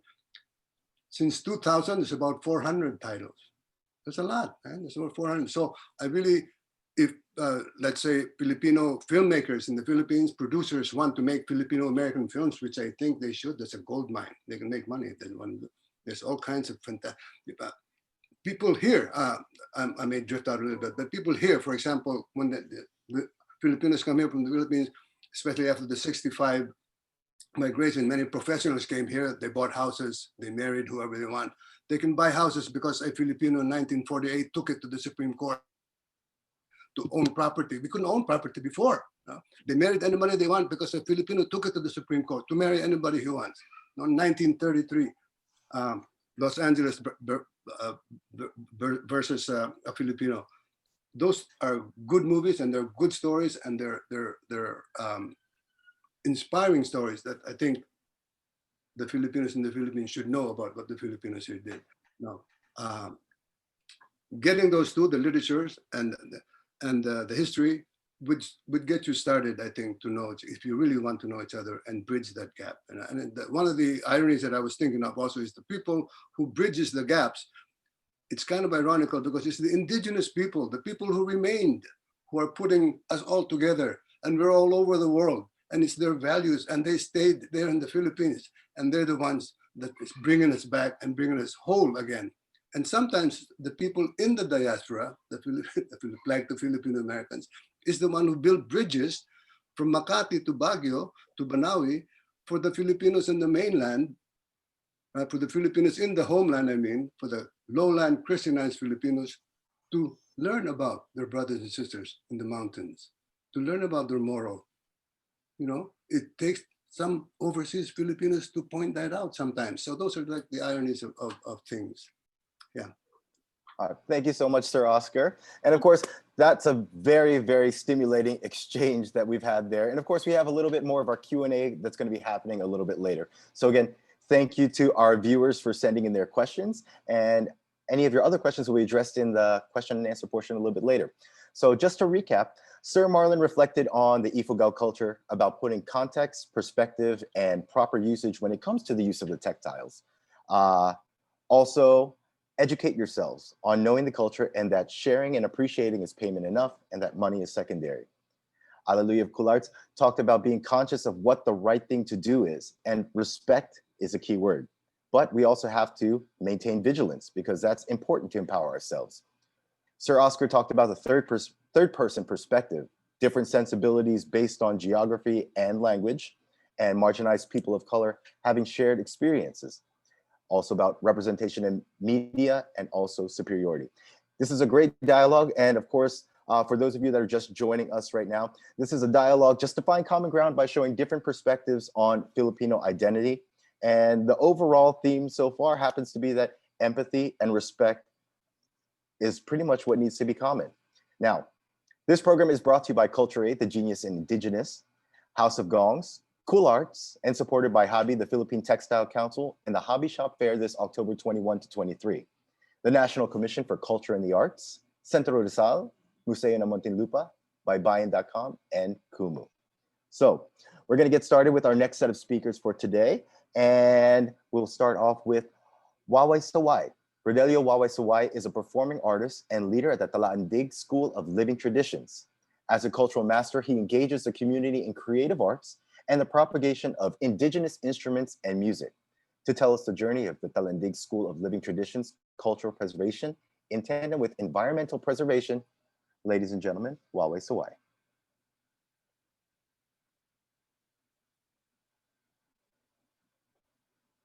Sir Wawe?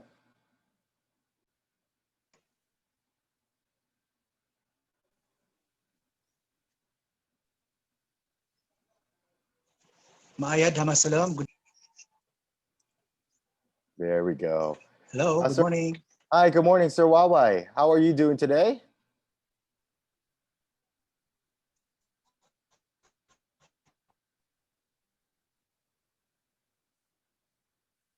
All right, Sir Wawe, why don't you tell us a little? Yeah, I'm fine. I'm sending my.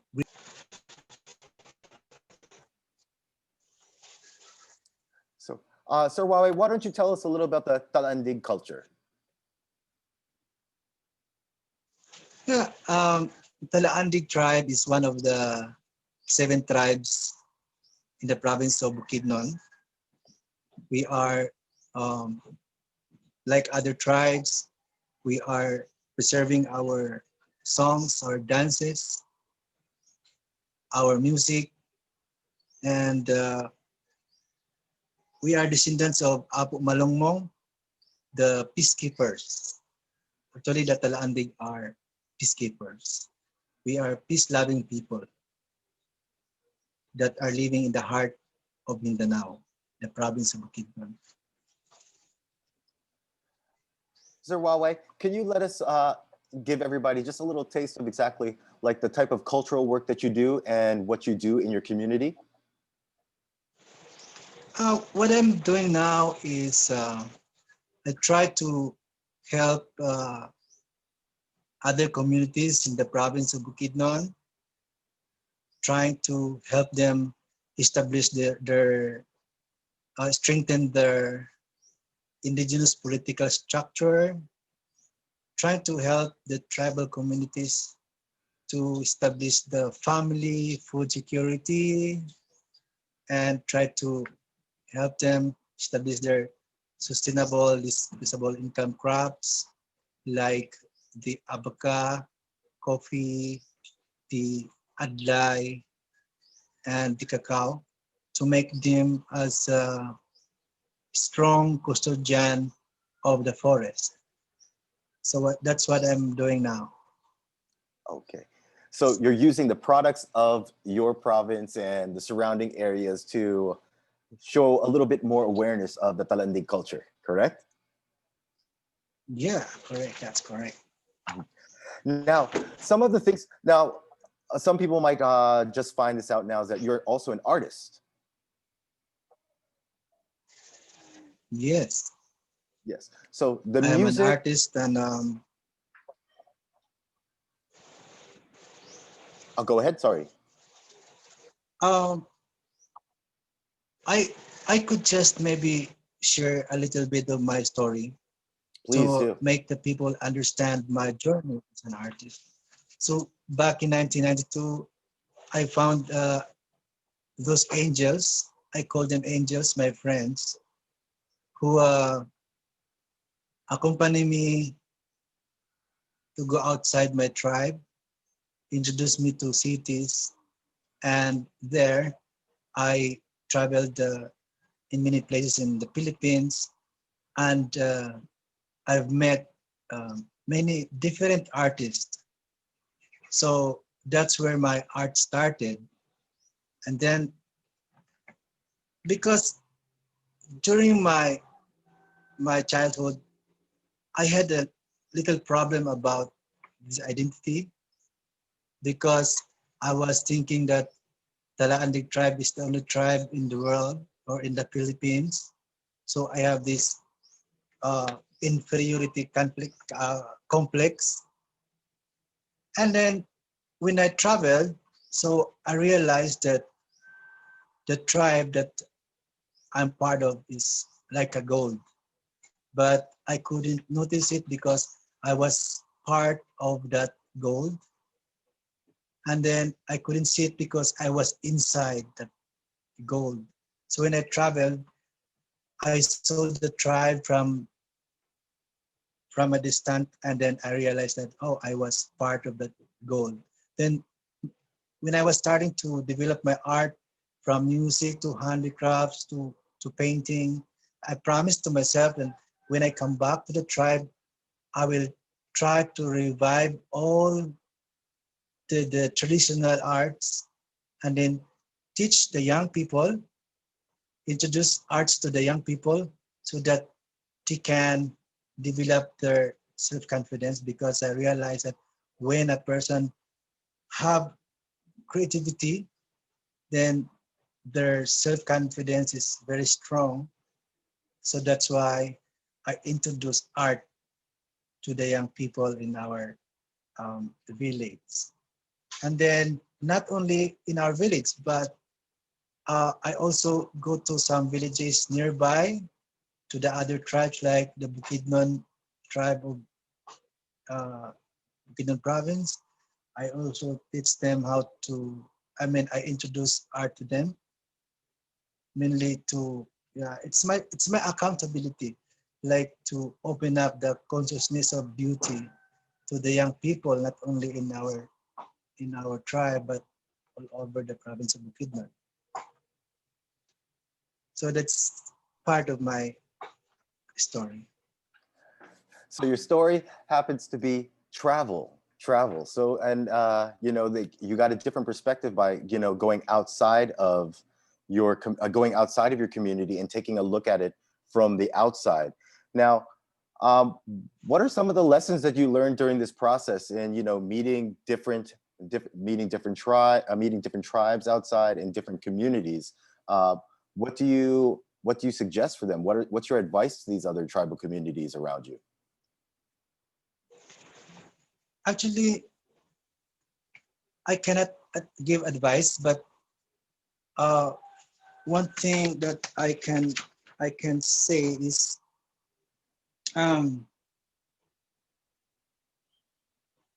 we need to open our third eye, I think, and then like to be extra conscious and then try to see what you can do based on the common sense and practicality, because working in cultural preservation is, for me, is more on inclusive. It's like when you talk about culture, it includes the environment, it includes the people, it includes everything. So we need to protect the people, the culture, and the environment, because if one thing is destroyed, then something is missing, and you cannot, like, how can you protect the dances or the patterns of the designs of the embroidery if the forests that are the source of these designs are destroyed? So it's like you need to open your third eye so you can see everything and you can see yourself also. So would you say that using the art and crafts that are coming from your community, how are you able to tell your story to others? I guess that would be the best question. I guess that would be the best question for you, is how do you represent the Talandig culture to outsiders? Actually, when I came back from my travels, I started to teach the young Talandig to do the soil painting.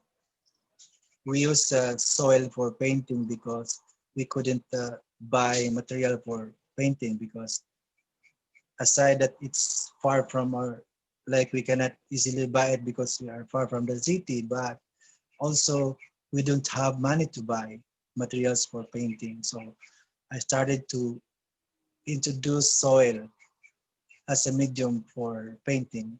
And then I teach the young people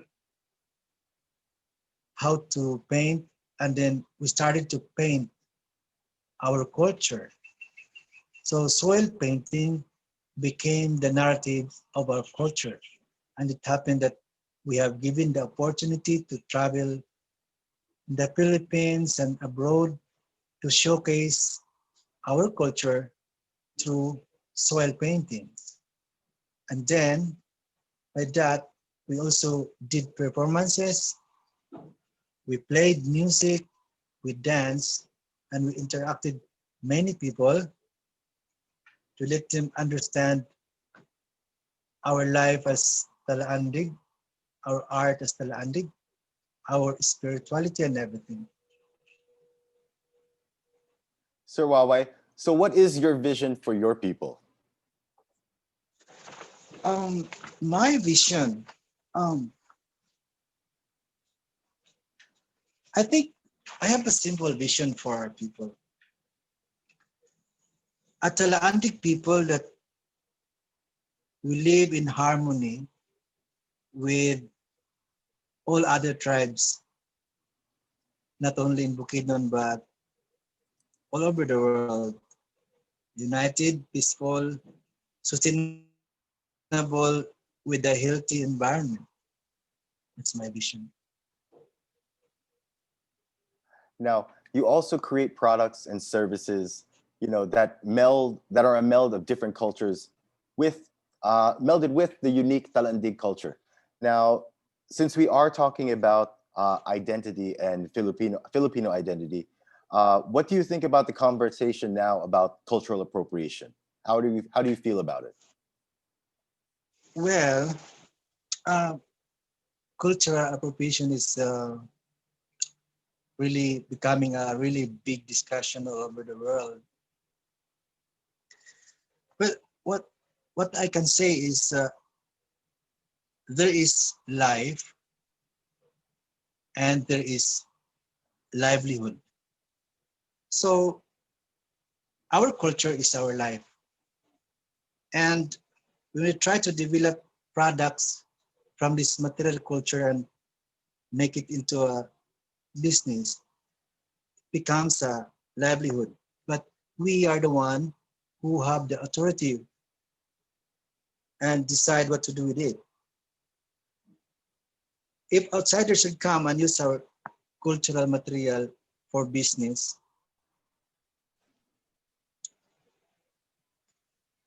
must be decided mutually by us and the people from outside. It should undergo the so-called participatory cultural impact assessment. So we can assess the negative and positive impact of what the other people are doing. Because our culture is protected by the law. It's protected by the Republic Act 8371, the April law. And then to be culturally appropriate, I think people should remember the 4W, where, when, and the H, the how. If they understand and use these 4Ws, then they will have a guide how to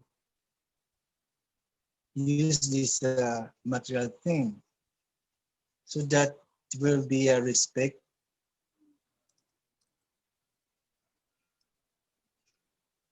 And then,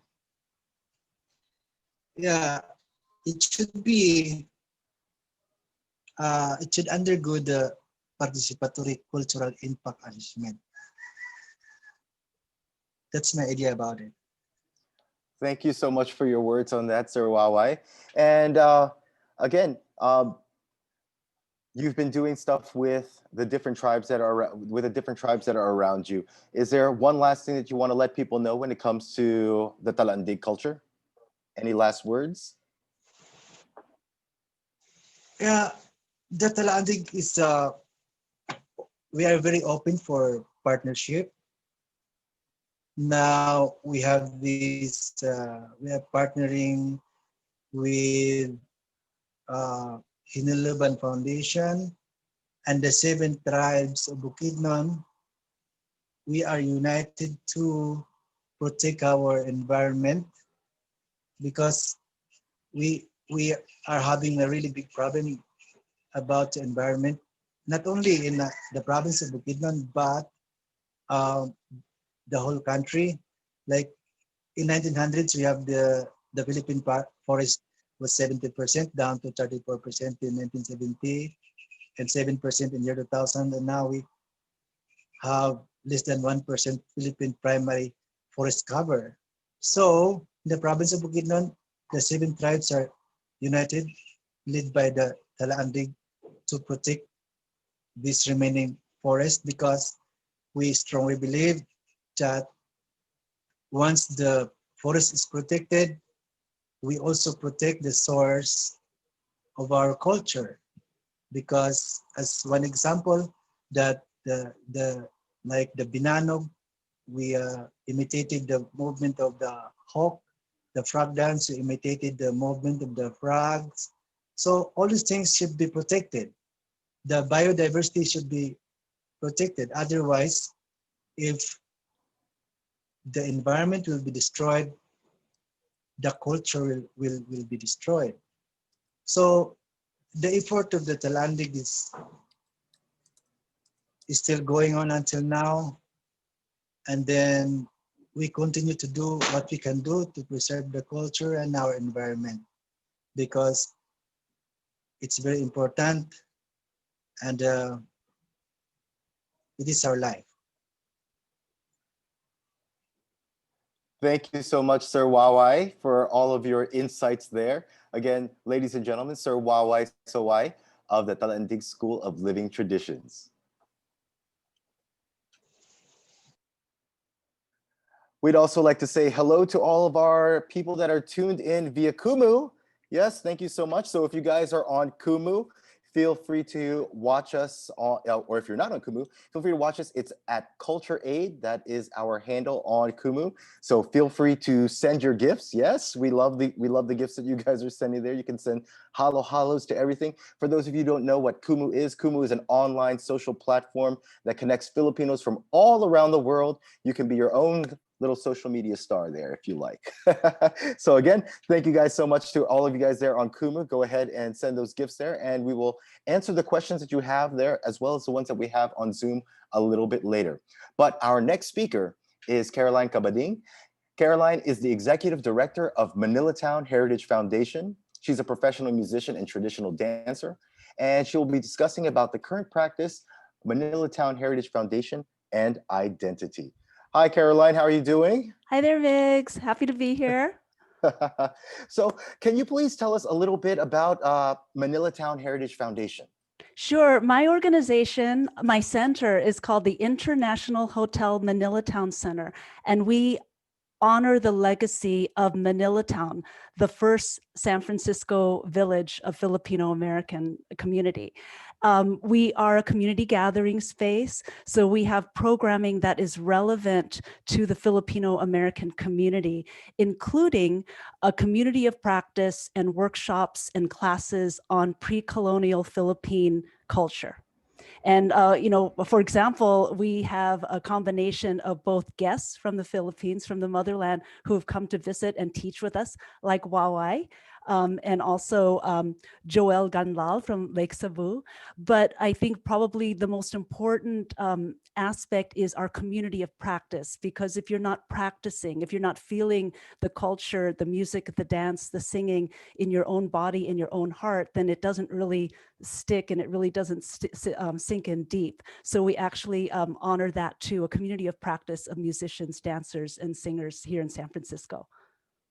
So I'm guessing behind you is the Hyatt Hotel Manilatown. Yes, it is. Correct? All right. So if you could just give I mean, for those of you that are just tuning in right now, we've gotten the perspectives of all of our different speakers, and we're also taking a look at their backgrounds. We're not judging them. We're just trying to just get a little bit of an understanding. That's what happens. What our discussion is about here is just a little bit of understanding. I see that you have some artwork that's behind there. Yes. So when I say community gathering space, it's an art and culture space, which is basically making accessible relevant programming, relevant art and culture to our community free, particularly for working class families. So we're trying to make accessible art and culture that maybe is not accessible usually for people, either because they cannot travel to the tribal lands to learn this, or they don't have the income to attend, to take painting class or photography, or to learn, poetry writing, or or creative writing. So that's what we're trying to do here, is for working class families to have free access to art and culture. Now, you have a number of different programs there. Now, you were saying about you had painting, you had arts. You also have programs that focus on indigenous cultures, such as in terms of music, such as Kulintang and Kalinga music. Can you tell us a little bit about that?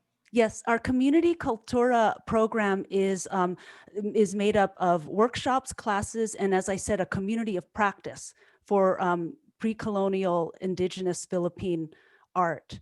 And again, if we are not the people that understand a particular culture, we invite guest artists from the homeland to come and introduce their culture to us, like Wawai and Joel. And but we are very lucky that we have had master teachers that have lived and taught students here in the San Francisco Bay Area. So we do have a Kulintang, Maguindanao Kulintang community of practice, and also a Kalinga community of practice as weavers and singers and dancers and musicians. So you have a lot of different programs that are going on there. And, the discussion has been really about trying to, especially for Filipinos outside of the Philippines, like Philams, trying to touch base with the motherland and find ways to connect. So I'm happy that we have this forum here that we can talk, but I guess people will also ask, like, what is your relationship to indigenous people, and with regards to you using their musical practices outside of the Philippines? Outside of the Philippines, well, basically, the culture has a lot of empowerment, for Filipino Americans that are trying to find a core foundation of strength and empowerment in a situation which has a core story of racism here in America. And in many ways, I think that all human beings need that type of foundation and strengthening. But Filipino Americans in particular, because even before we came to America, if we go back to the homeland, there's been such a long history of colonization and the attempted decimation of our indigenous culture. And then you jump the pond to America, and then it's even more so. So the need to just be sane and stable in this world and to be strong, you need that kind of foundation. I believe that all people, particularly people of color, and especially, of course, Filipino Americans, need that. And because so much has been lost, through colonization, when you spend time with our pre-colonial culture, you come to realize that we come from empowerment and not disempowerment. We come from warriors and not kowtowing and assimilation. We value the contributions of both women and men in society and are not naturally or culturally chauvinistic. We have direct connection to higher spirit that predates Christianity and Islam. We socialized our people to be responsible to and protective of community. Notions like crab mentality is actually not natural to our cultural heritage. And last but not least, we have practiced complex, beautiful, rich art forms that reinforce and reflect our very highest values. So why wouldn't a Filipino American person, seek that out to get that kind of strength and empowerment? I'll tell you my own story.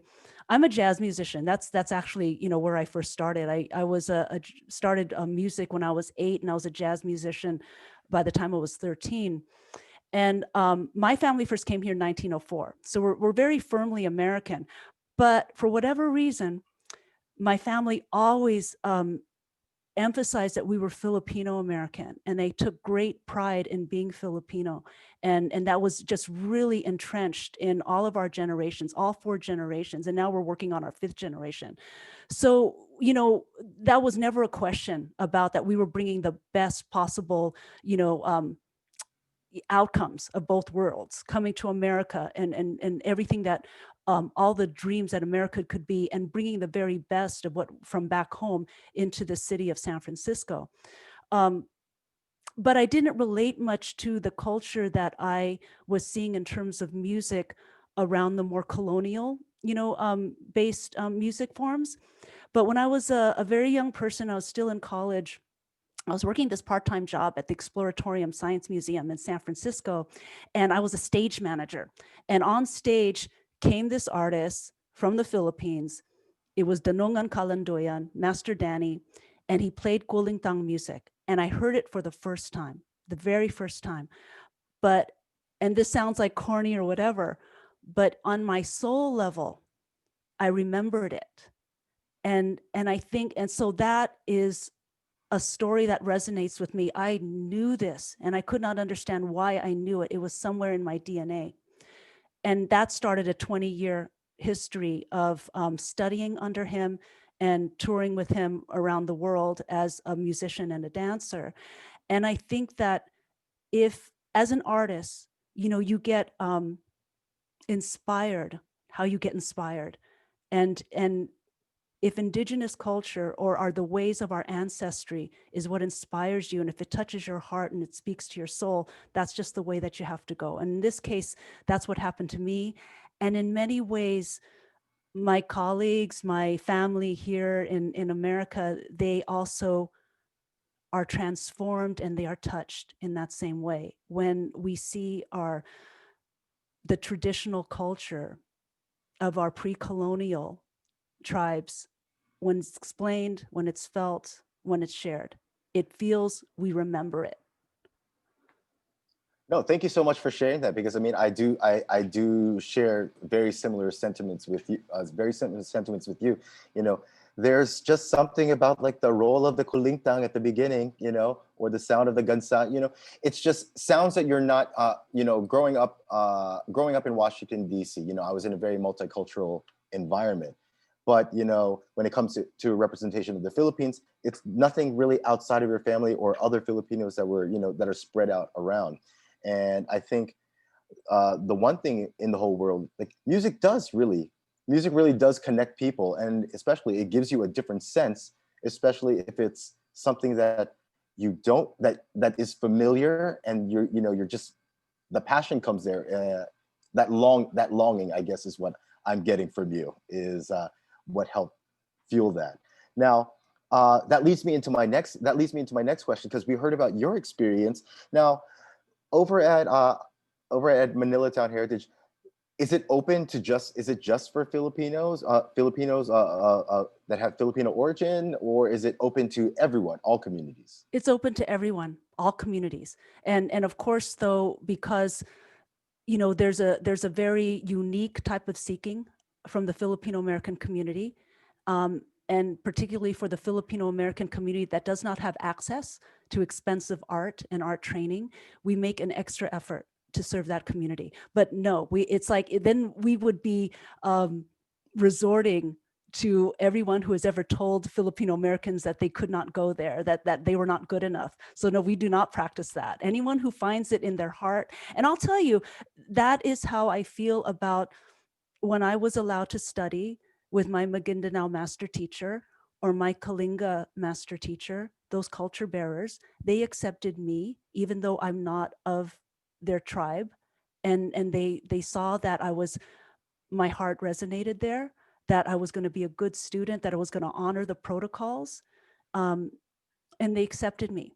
So in that same sense that I was accepted to be a student, of course, if this culture on any level, not even just the indigenous music, but anything, the poetry, the literature, anything else that I offer, the art, you know, the artwork in the back, if you resonate with what we stand for, and of course, you're welcome. You're part of our community as well. And that leads me to my final question for you. Why do you think so many Filipino Americans are interested in the indigenous culture? Well, it's like what I said before. It's like there's so many challenges having come from, a motherland that was colonized, and so much was taken away from us, and so much of an attempt to decimate our traditional culture. And then again, jumping the pond, and even more so that you're even told to assimilate and not even be a Filipino. You find yourself lost oftentimes, and you just want to find out, like, where did I come from? Is where I came from something of value that I want to treasure? And you want to seek that out before you end up becoming completely assimilated.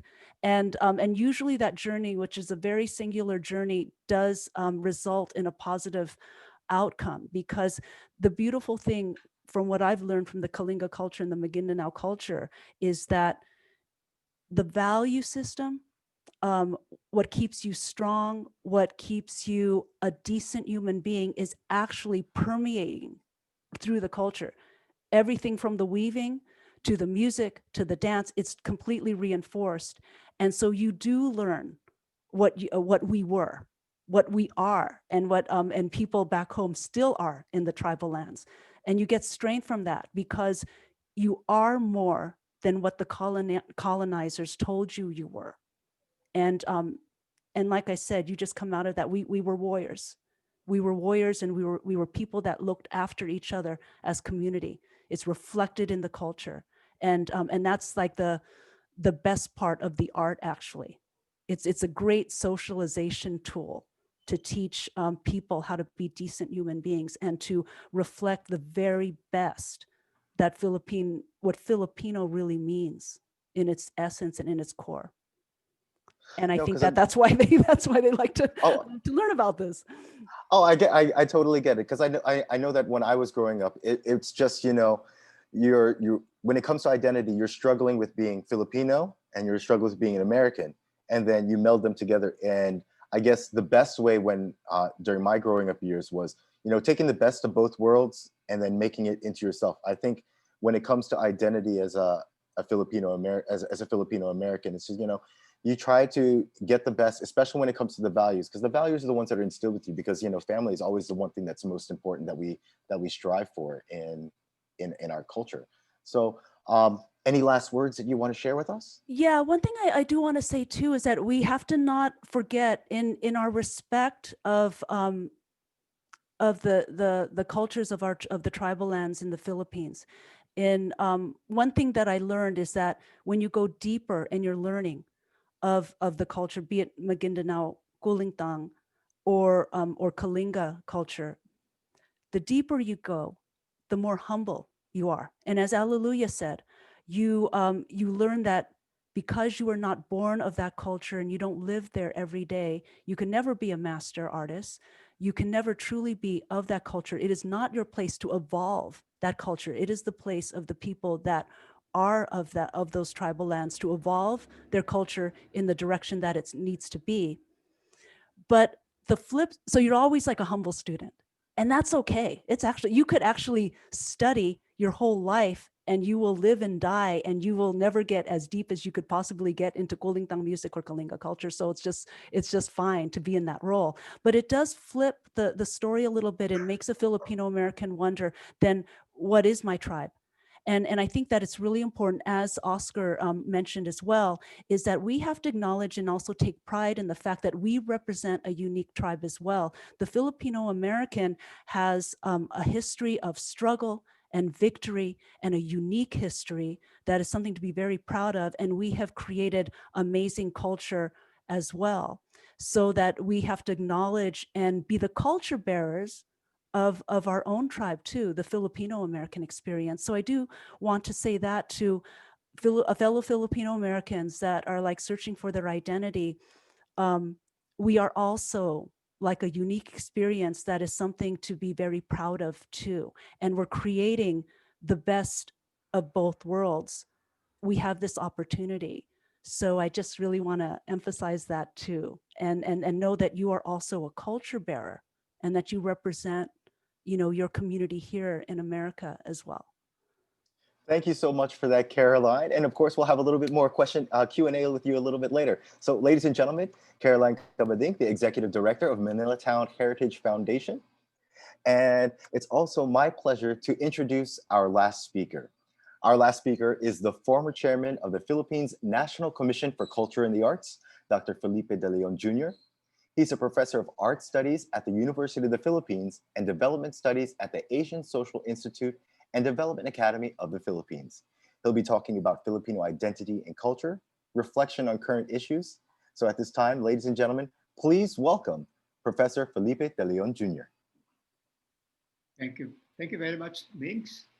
And I'm very happy to be part of this dialogue. And also I'm quite satisfied that Oscar Peñaranda and the other speakers already said many of the things that I wanted to say, especially because identity is a question of sensibility. You cannot really be Filipino unless you have a certain sensibility, especially that is acquired through language. No? Language is a very important shaper of sensibility. And Oscar said that if you speak two languages, one English and the other is Filipino, you have two worldviews. You have two ways of looking at the world. If you speak three, you have three ways. And it is not just a matter of political identity. No? Even if you have a Filipino passport, it doesn't necessarily mean that you have a Filipino heart, or it is yet a matter of displaying symbols of Philippine artifacts and great works of art and other national symbols. So it's really a sensibility. If somebody can flash the first slide, I will be reading from my script, but there are slides that I can show you, because I'd like to say that in our culture, there are two key beliefs, though rarely articulated, that have permeated the Filipino cultural unconscious or cultural DNA from ancient times to the present. One is that all levels of existence are permeated with life or a creative living presence. Everything is alive, including the elements of nature.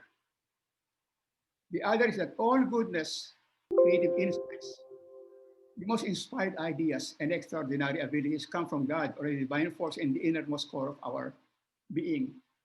I'll talk about the first. Regarding the first, that everything is alive, Filipinos have always assumed that the whole universe is a society of beings. Kaya nga masyadong social ng mga Pilipino. It's not a mechanistic system. From the elements at the mineral level to plants, animals, and human beings, the spiritual and God, all pulsate with life, energy, consciousness, and feeling, albeit in differing degrees of intensity.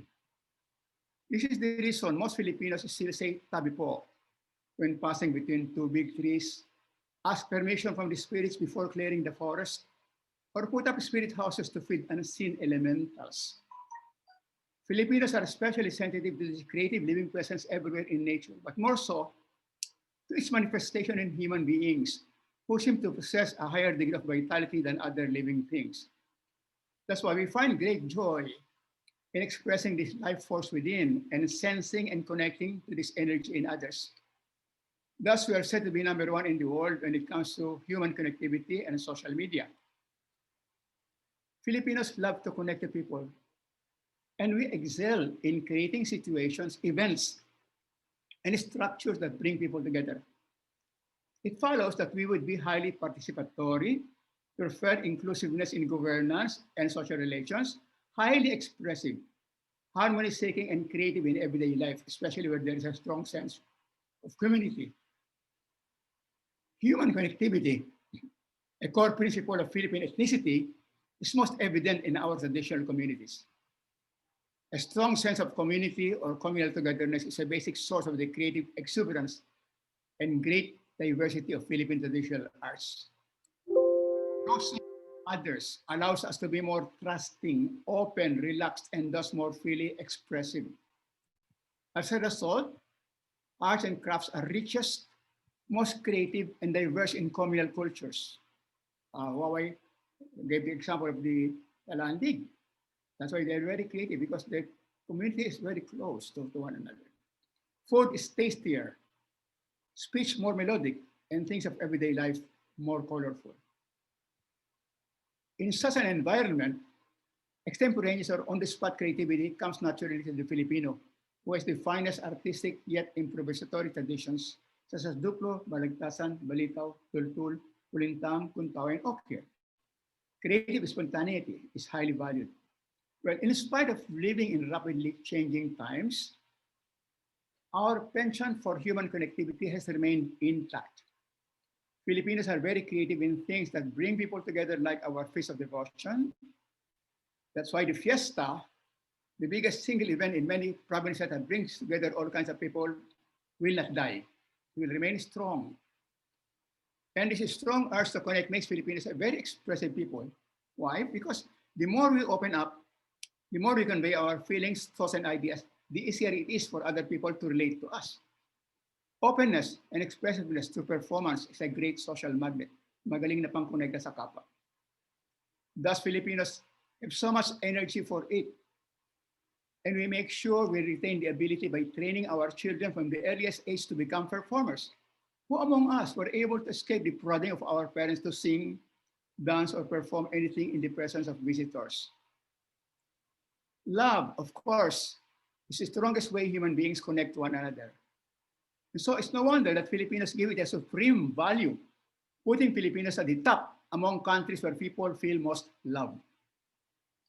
Of 136 countries where people feel the most loved, according to a study published in 2013, the 3 countries with the very highest scores are in this order: Philippines, Rwanda, and Puerto Rico. A superior technique for endearing ourselves to others is pakikiramdam, knowing to feeling. We are a feeling people. We are a heart-oriented people. Pakikiramdam is knowing to feeling or participatory sensitivity, as defined by many psychologists, which enables us to be especially compassionate, affective, malambing, gentle, and kind. Filipinos at their best are a highly nurturing, caring, sharing people with a strong maternal orientation and definitely not loners. This nurturing attitude makes Filipinos prefer mediation to confrontation.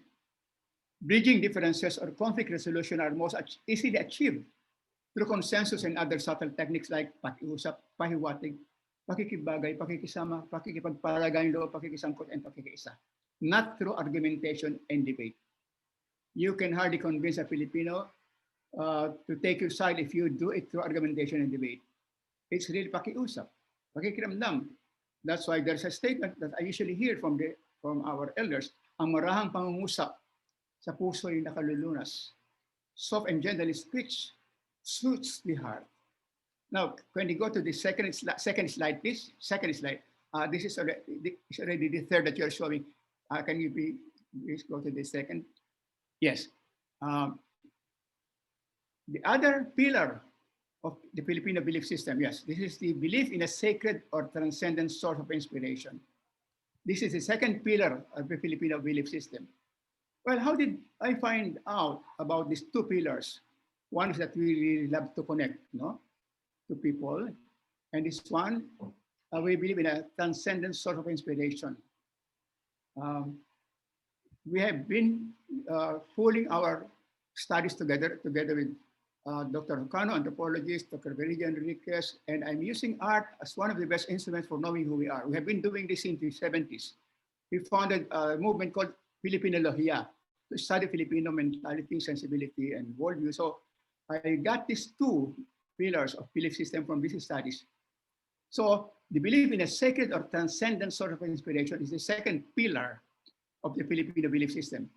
It is the essential guiding principle for the artistic practices of weavers, visual artists, musicians, epic chanters, and dancers in many traditional communities. The Tiboli are said to weave on the basis of artistic imagery obtained through dreams. The folk of Mount Banahaw in Dolores, Quezon often say that the beautiful melodies that they use in the rituals come from a higher source, the banal na tinig or holy voice.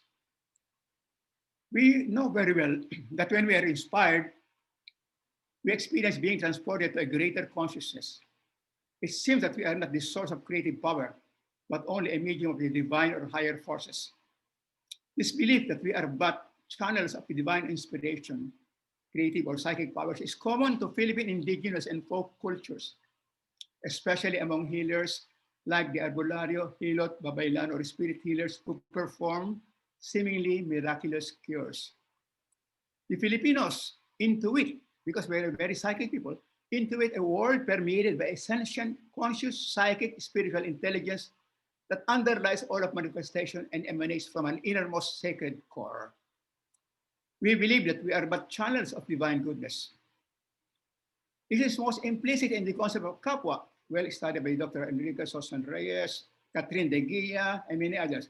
Concept of kapwa assumes that each of one is a ray of God or a great creative living principle in the universe.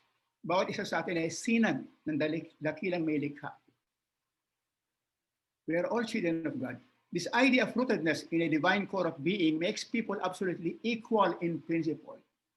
Nobody has a right to regard oneself as above or more important than others. Thus, arrogance is a taboo in Philippine culture. Humility is highly prized, at least outwardly. The privilege of one must be the privilege of all. The law applies to all, or none at all.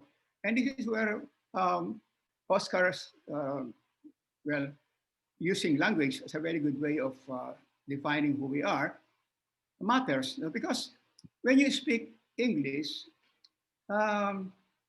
your mind is shaped in a very different way from speaking Waray or Tagalog. Because when you say in English, I did that, you begin with the I, you begin with the subject, you begin with yourself.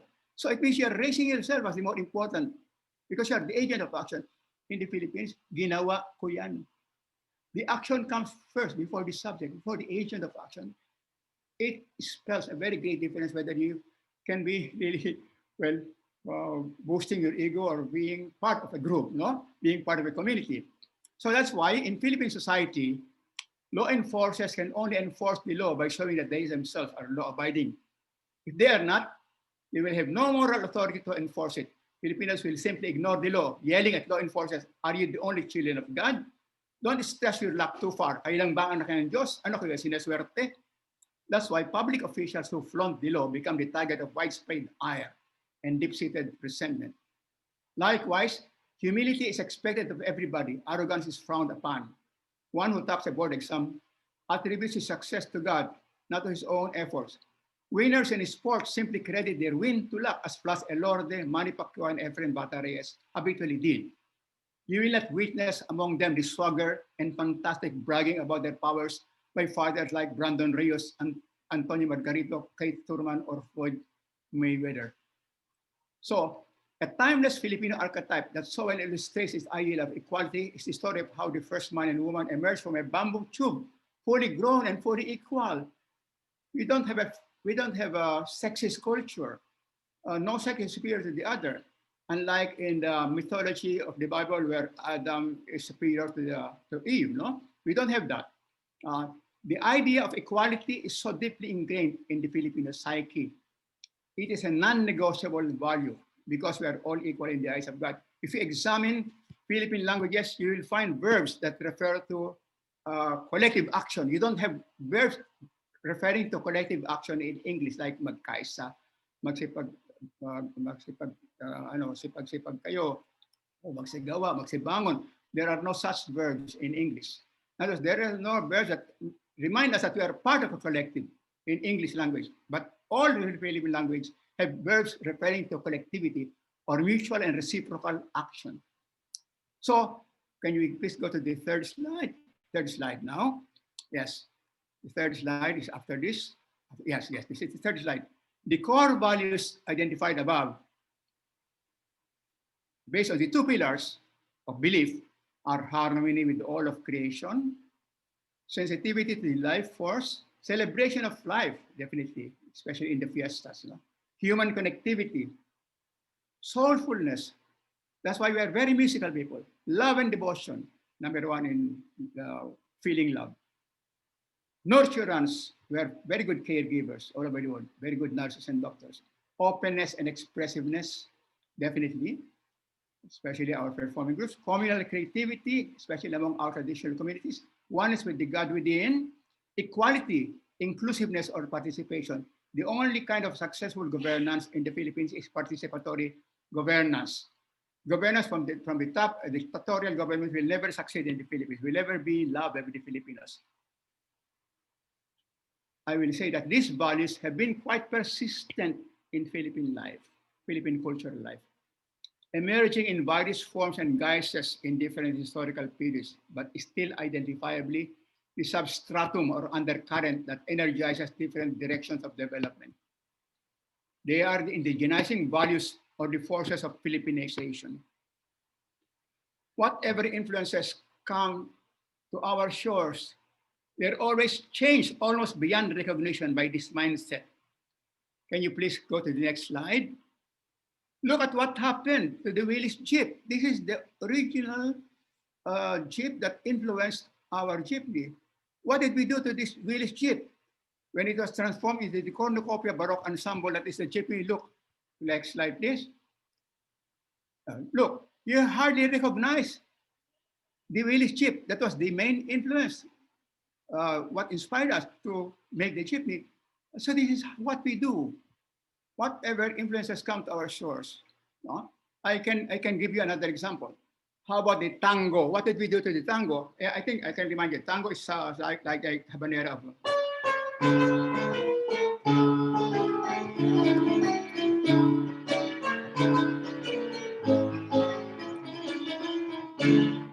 That's a tango. What did we do to that? We made it slower. Instead of a dance, we converted it into a love song. It became our most popular love song, the danza, and I'll give you an example.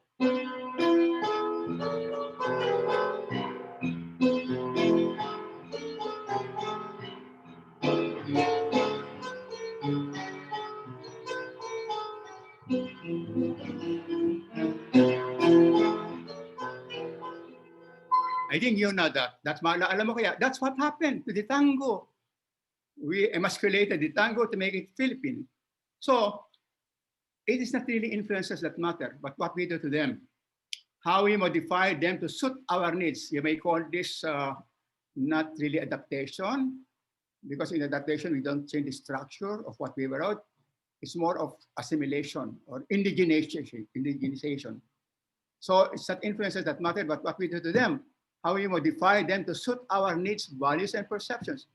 This process of Filipinization happens sooner or later, but it is inevitable. As the cultural historian Dr. Florentino Ornedo loved to say, the stranger of yesterday is the native of today. Whenever a new period of history brought a new set of influences, it became a challenge to create a new Filipino identity, something different and yet still Filipino. One is not more Filipino than another because no matter how unique it is, it shares common values with all the other unique identities that we created in response to other waves of influence. For lack of time, I'll only cite 3 living Filipino cultures that are fine examples of our creative responses to external factors and influences. Let us look at the earliest living Filipino culture, the indigenous. We find that it is the most integrative. Yes, that's the next slide. We can stay that. You can stay on this slide for a long time. We find that our indigenous cultures are the most integrative. Having been surrounded by the bounties of their forest and mountain environment, our indigenous peoples felt the intense life energies of creation and understood the importance of living in harmony with all the levels of being. That's why the forest is very important to them, according to Wawai. They developed a self-sufficient economy and rich community life. And their main organizing principles are harmony with nature, holistic way of life, and act as an expression of wholeness. Islam came to the Philippines around the 13th century. This is the other culture that I call kultura ng pag-uukir at pag-uuma. You can look at the slide. This is second, translated into English, poetic mysticism and devotion to Islam. Islam came to the Philippines around the 13th century. This gave birth to another cultural complex, that of the Moro or Muslim Filipino. Their way of life is still holistic, but has a much wider social scope because of the Sultanate, a political organization much larger than the Dato system. They were the first Filipinos to identify with metapolitics. I use a term coined by William Irwin Thompson of San Francisco, California. Metapolitics. What does that mean? Well, that is Islam as a way of life or ideology is not only local, but extend to the entire Islamic world. So it's not just local, no? This ideology covers the entire Muslim community worldwide. This is the source of Muslim Filipino political strength. Add to them becomes one of social grace and refinement to suit the royal status of the Sultanate. I like to believe that our core values of human connectivity and sensitivity to the life force is one reason why even among the fundamentalist Muslims here, we do not have suicide bombers who thrive in very different cultural settings. In other words, even our Muslims are shaped by our core values. No? And the third culture that I talk about, when the Spanish friars introduced Christianity to our shores, because it resonated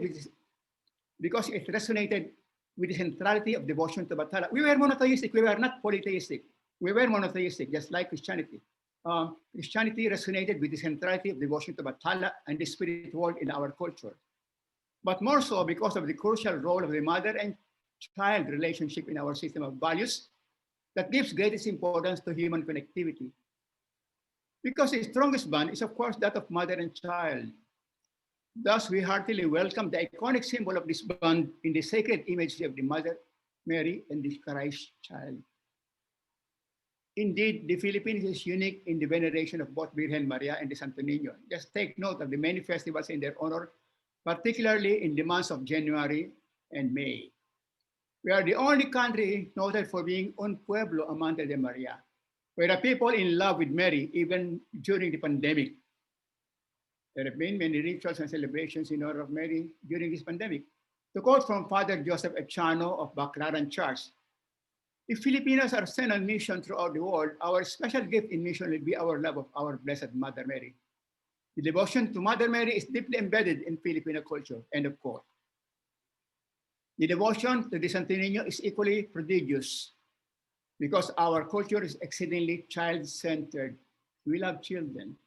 That's why we are overpopulated now. Anyway, the joy and feeling of blessedness with which the Filipinos welcome Virgen Maria and Santo Niño in their lives is seen in our excitement for the nativity. Filipinos celebrate the advent of Christmas as early as September. Truly, we have changed Christianity to affirm our most sacred values. Nothing escapes Filipinization.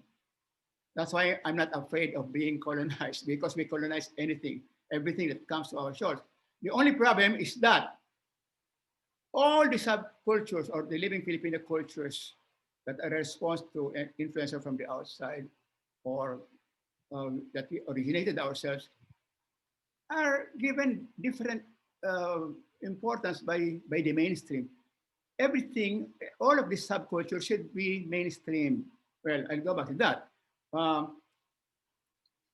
Because in Christianity, the new culture that was our creative response, no?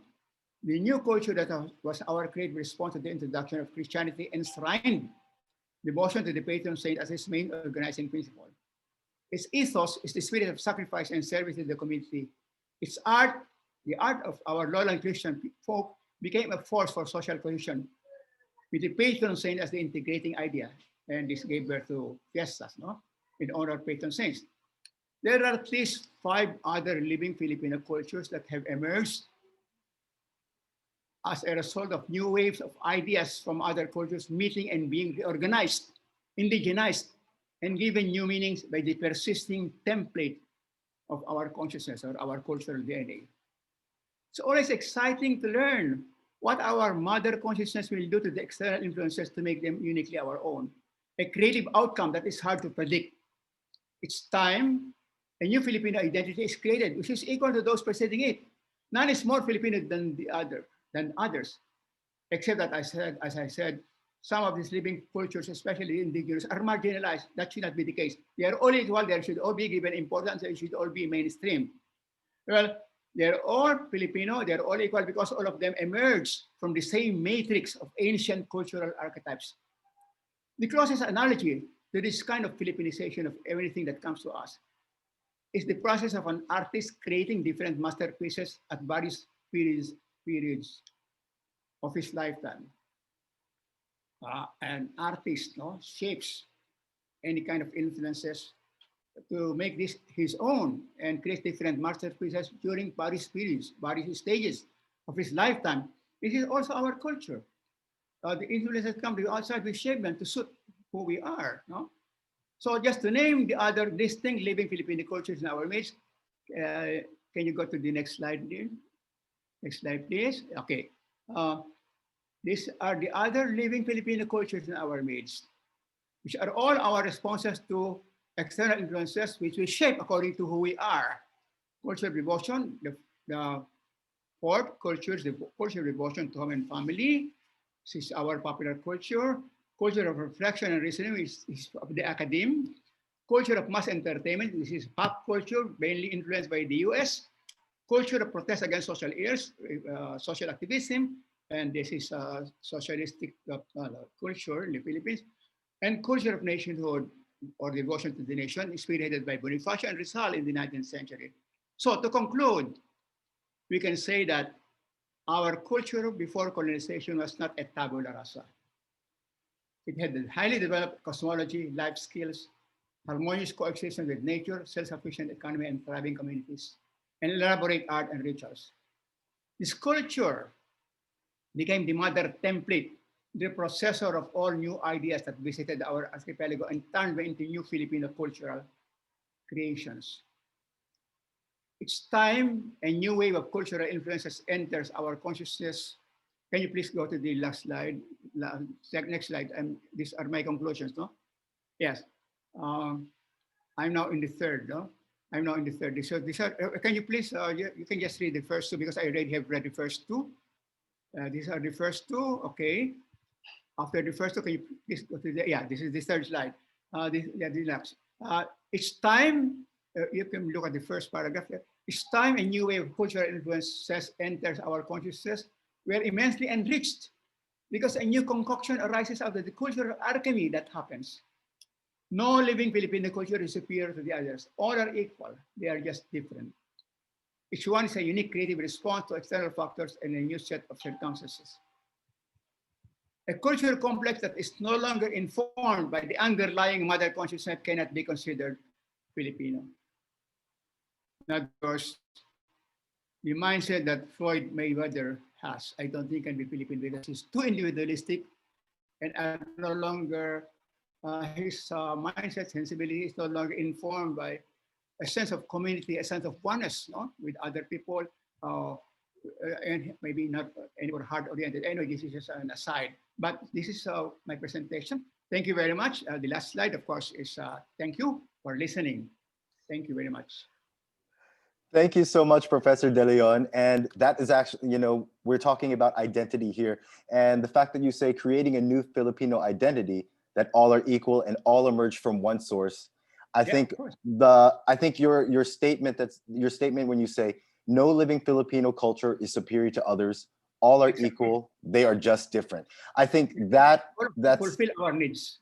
All of them fulfill different needs. Yes. That statement right there is so powerful because especially when it comes to our discussion, when it comes to identity, everybody wants to put themselves above each other or, you know, put someone else below, you know, I'm sorry, I'm at a loss for words because, you know, that really just struck me there, that you had that you really said it plain and clearly. No living Filipino culture is superior to the others. All are equal. They're just different. That's very true.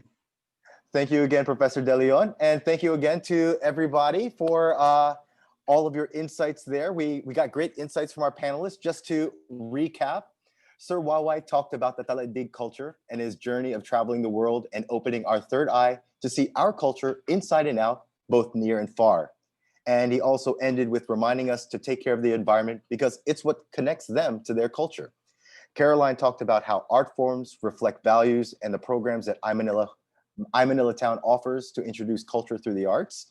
And of course, we just ended with Professor De Leon, who talked about the two key pillars of belief, of culture from, all levels are permitted that are alive, and then of course from nature, and then other ideas that are inspired from divine sources.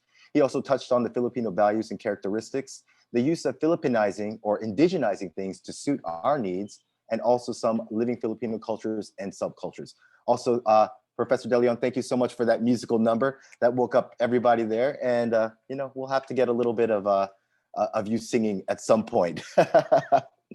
But again, he touched up on pakiusap, the way Filipinos communicate to get things done. And that's what we're doing right now. We're having the pakiusap. We're having our dialogue right now. And one of our leads here, Charisse, she said in the forum, if you guys did not see, she said, that's why when we hear of the conversations of Filipino identity and appropriation in the US, some Filipinos based in the Philippines find it aggressive because the Western sensibility is very different. And it's great to have all these perspectives so we can better understand each other's Filipino-ness.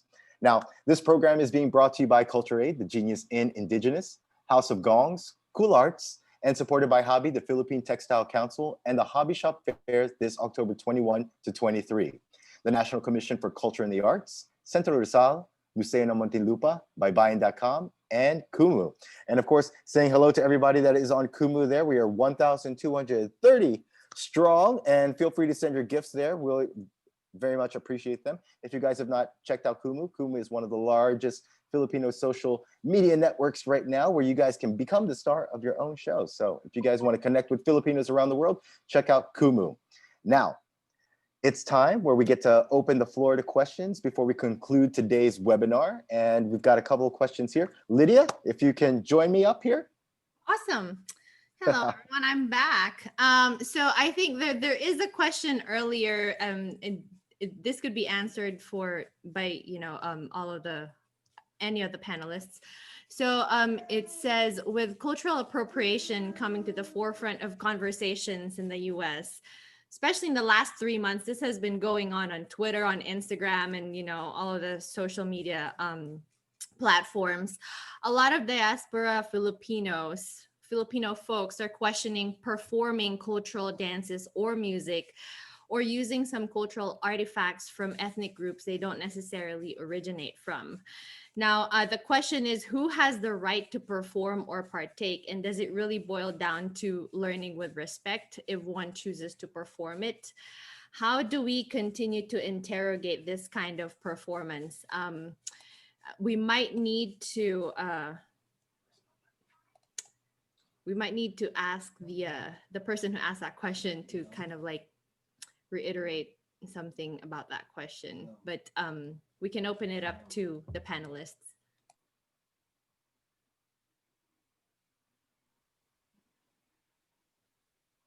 Well, may I also offer some opinion? There are two concerns about appropriation or misappropriation. One is aesthetic. If you appropriate without understanding the roots of the culture, you might mix symbols, you might mix patterns, you might mix designs, and that will be a disrespect to any one of the cultures from which these patterns are borrowed. That's why this is a kind of borrowing or appropriation that is chaotic. There's no unity. And secondly, any kind of borrowing should give the user or other people an idea of the authenticity. It should, if you borrow from the Tiboli, it should be recognizably Tiboli. If you borrow from the Ifugao, it should be recognizably Ifugao. Otherwise, we will not be respecting the group. But the moment you borrow and you don't copy the design exactly, you don't say it's Ifugao, you don't say it's Tiboli, you say derived from or based on, so that you will not be mistaken, you will not be accused of misappropriation or stealing some of the native designs. Thank you. Thank you, Professor De Leon. Could we get Alleluia to chime in on this as well? No. It's because it is appropriate that you come in on this because you are from the art side. You know, being performance artists, we do take from the things that are around us. You know, we're influenced by the things that we see, and for us to tell this, being performance artists, you know, we have to tell the story of what it is, and you know. And I'd really like to hear some perspective on from you. Sure. So it seems to me that there is like a different rule that we use when we're talking about Western classics. Let's just call that classics versus classics that comes from the Philippines. And classic meaning, you know, indigenous pieces, or let's say classics from the Bayanihan Dance Company, which are already choreographed dances that are basically inspired by the many people of the Philippines. And its intention in the very beginning is to show the different folks that make up the Philippines, to engage people to come and visit. And so it's a very different kind of perspective. I think that's really kind of the question that I have, and that one of my most favorite pieces of all times is Singkil. I don't consider it a Maranao piece. I consider it a Bayanihan piece, a piece by Lucrecia Ortola. But it has been known everywhere or been marketed as a Maranao piece, and it infers that it comes from the Maranao people.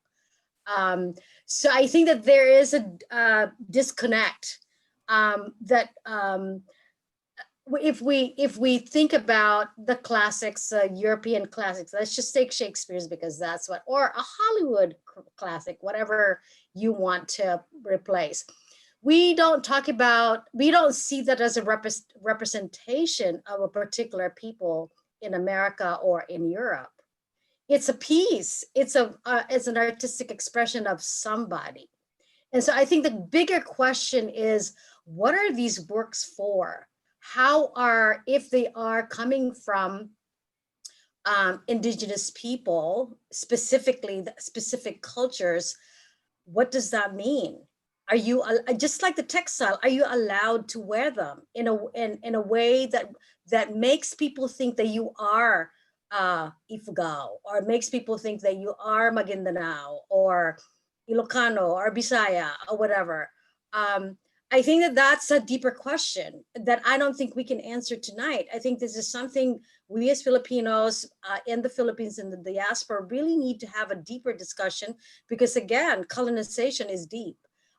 And it cannot be, we can't really figure it out in one moment, given that it's been 500 years in the works. So I think for me, I'm just speaking for myself, is representation. Am I representing, if I'm doing a Kalinga piece, whatever that might be, if I'm wearing a Kalinga earring, am I representing the Kalinga people, or am I honoring the Kalinga people? And how did I come to these pieces?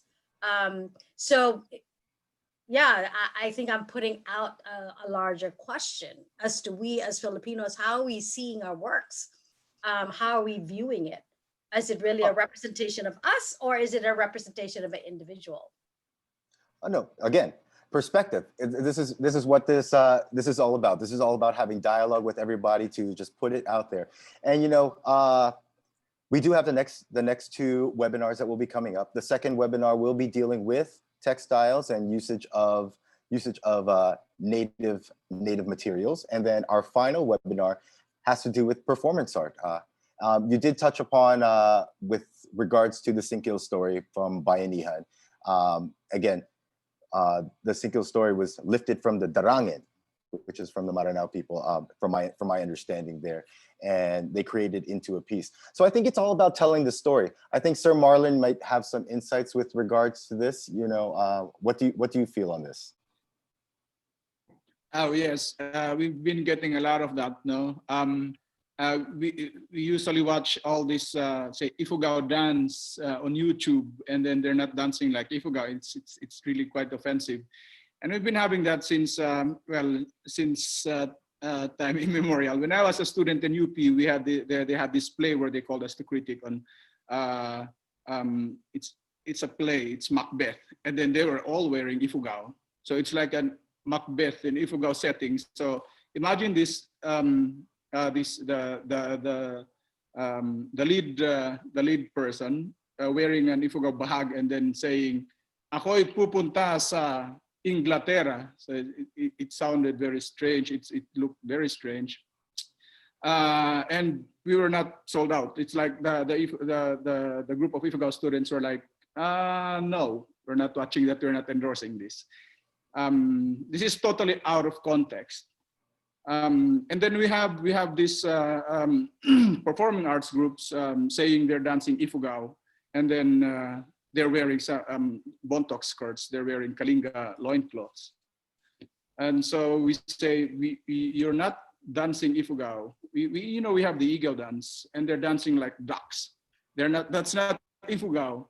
So sabi nga ni Sir De Leon, it's a question of authenticity, no? Well, we don't, ang sabi ko nga kanina, we love to share our culture, but do it nicely, do it properly. Like, if you want to dance Ifugao dance it the way the Ifugaos do it. Don't, choreography is sometimes very questionable, because if you refer to it as an Ifugao dance, then we as Ifugaos would expect it to be really Ifugao and not Ifugao-like. And I think that goes for most indigenous peoples. If you want to represent them, do represent them in the proper way. Sabi nga ni Madam Alleluia, are you representing them or are you representing yourself? So if you're just representing yourself or just trying to express something, then say it like inspired by, not saying it as Ifugao or as, because that would be misrepresentation. Thank you so much, Kuya Marlon. There's another question here, and I think this is towards Caroline and Tito Oscar. How do we prevent ourselves from condensing the multivocality of Filipino experiences into monolithic discourse?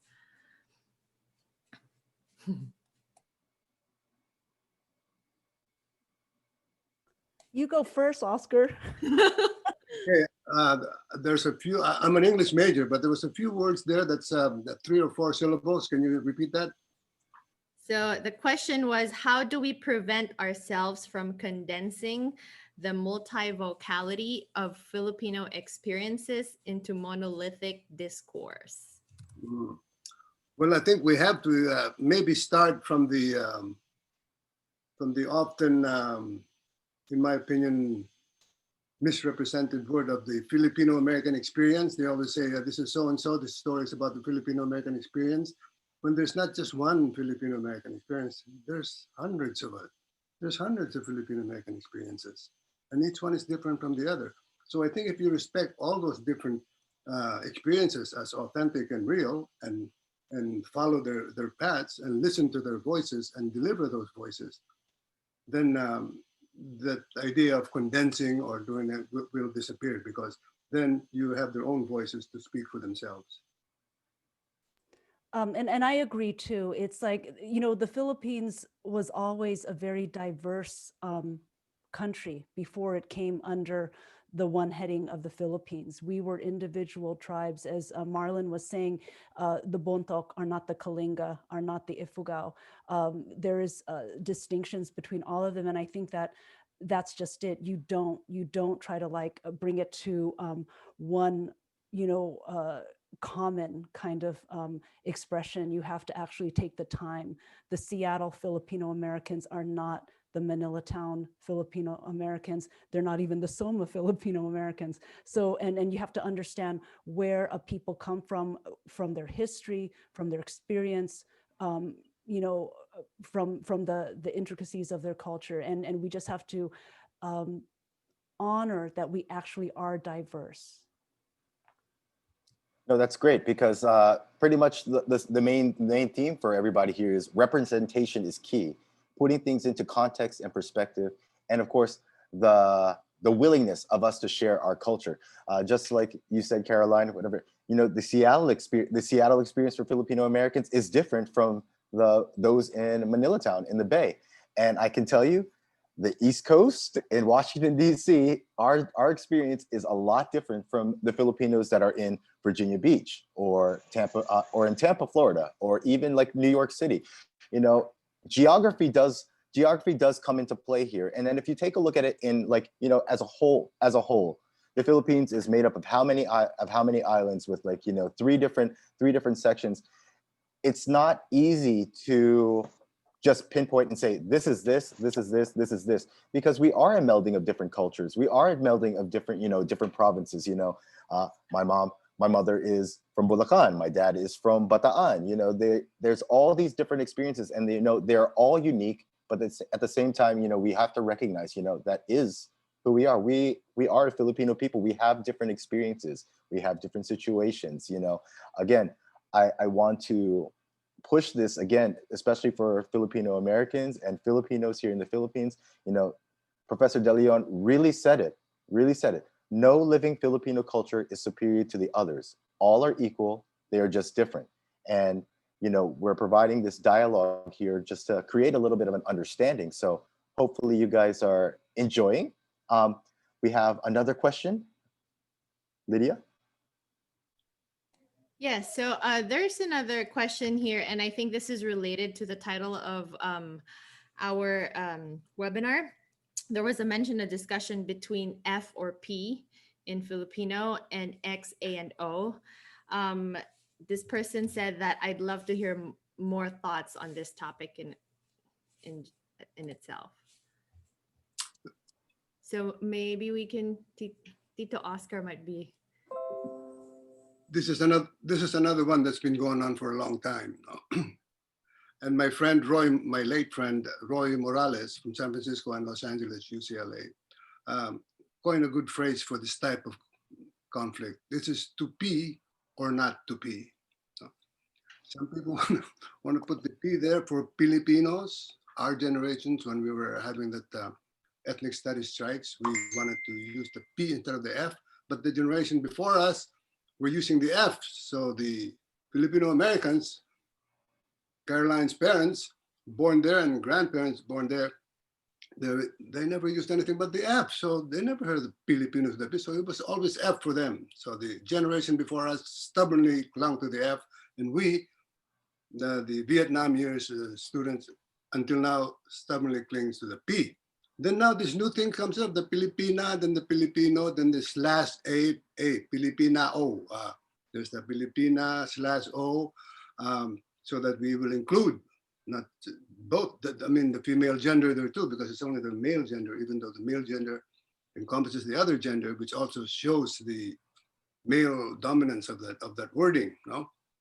So until now, it's not really resolved. So I don't think it's going to be resolved because, like someone said, like several of us speakers here said, that things are evolving, and that's part of the ones that are changing from the original into the, you know, when things change like that, in my opinion, I said, you know, I don't really care whether you want to use P or an F or A or an O, but it's good for you to know the history, why some people choose P, why some choose to put F, why some like the O, why some like the A. As long as you know all of those, you can choose whatever you want. It's just not really that important. Professor June? Professor De Leon? Could we get your insight? Yes. Could we get your insight into the discussion with regards to the Philippine using the to P or not to P, to use the X, the A or the O or the F? I mean, because we've gotten the side from the Filipino American side, but you know, it'd be nice to hear from the Philippine side. I think if you're using it as part of a Philippine language, it's better to use P, unless you're in Ifugao, because there is an F in Ifugao, there's F in Ibanag, there's F in Blaan, there's F in Tiboli. So it's very natural for these people to use F. But if you're a Tagalog or a Visayan, and you are saying, ako'y Filipino, tapat sa bayan, Sometimes there are songs, that use Filipino as a title or as part of the song. You will say, ako'y Filipino, and sing it if you are Tagalog or Bisayan. So I think we really have to consider that there are at least 131 languages in the Philippines. And we have to respect the use of F in many other, in some languages, that especially in among the indigenous peoples and the lowland Christian areas in the far north and the Tiboli and the Blaan in the south, they have F. And so they have F, they have V, they have Z, and this is the reason why the Filipino alphabet was expanded from just 17 to 26 letters to include the linguistic variety of this country. By the way, I also would like to add that in spite of the many different cultures or living Filipino cultures all over the country, there are certain levels where we have, as I mentioned earlier, there are two key beliefs, because especially all our languages, according to the latest theory, came from the north, from Taiwan. No? This is the Austronesian family of languages. So language unifies all of us. And you will not find a Philippine language where a sentence begins with the subject. It usually begins with the predicate.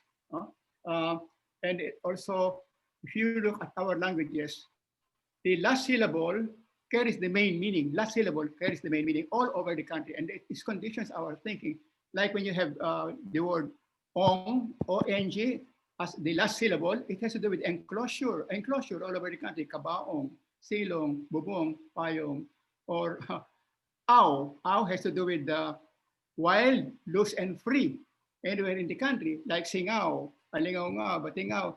You will find that there are certain linguistic commonality all over the country, and this shapes our thinking to a certain extent to be more or less homogeneous in a certain level. But at the same time, I was saying that in our communal cultures where people are so close to the other, they become so creative. And this creativity is responsible for the extreme diversity of our cultures. So according to UNDP, a nation should have the widest diversity in the local level and a shared discourse in the national level. I think this is the recipe for success as a nation. I repeat, the widest diversity in the local level, but a shared discourse in the national level. That's my answer. Thank you. Thank you so much, Professor De Leon. Because again, just like Sir Oscar said earlier, it's what you choose to, it's what you choose, and it depends on exactly where you're based. Same thing with Professor De Leon. He said he gave us the background on like how from F to P to V's to B's. It's all about geography and where you're at with so many different dialects, trying to find that oneness. It goes back to Lydia's question earlier. It's like, how do you take this whole how did you say that, Lydia? How do you take the multivocality of the Filipino experiences and put it into a monolithic discourse? You really can't, you can't really pinpoint on what it is. We just have to accept that there's a multitude of different. And I think this goes back to, respect of someone's individual experience, right? Someone who associates better with X or O or A might have a different experience from someone who wants to use P or F. So, yeah. And I think we have a question for Sir YY, Lydia. Yeah, I think Tito Oscar wants to say something. Oh. Yeah, I was going to ask you guys, Mig, for example, you or Lydia. What to you is the difference between dialect and language? I seem to notice you're sort of using both interchangeably. Is there a difference to you? Lydia? Put it on. Ladies first. Thanks for putting me on the spotlight.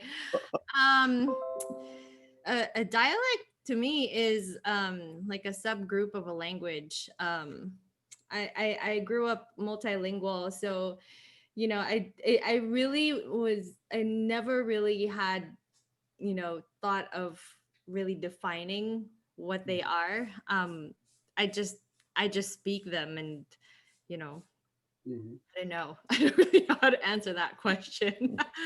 Well, I think about it when it comes to dialects, we have different ways of speaking in different. Again, it all goes down to experience and geography. If you think about it, the way that I speak from Washington, D.C. is different from those in New York and New Jersey. That dialect dialect, I guess, in the context of like for Philamps or for those in America or outside, it could just be, it's a way, a regional speak. Like you have certain ways of saying certain things, pronunciations, that slight accent. That for me is like when it comes to dialects in the US. I'm not sure if that answered your question there, Sir Oscar. For example, Ilocano and Waray, are they both dialects to you? Yes. Kapampangan and Ilocano, they're both dialects to you? Yes. Yeah, Yes. I think they are languages. Languages So, the same. yeah. But I think it's a different interpretation for Yeah. Each person, yes. right. Because I grew up hearing and learning Ilocano myself, and you know, I've considered it as a language in itself. Yeah. Well, for me, it's a language. For me, if you don't understand somebody, that's a different language. If you can't speak it and he doesn't understand you, it's a different language. Yes. So I think we have a few more minutes to make room for a few more questions. I think there's another one here that'd be perfect for Wawai and Marlon, and maybe Nanay Mirna too. The question is that how can people in the diaspora best support the Katutubo in the Philippines? Wawai, I can. Okay. Okay. Can you hear me? Yes. Okay.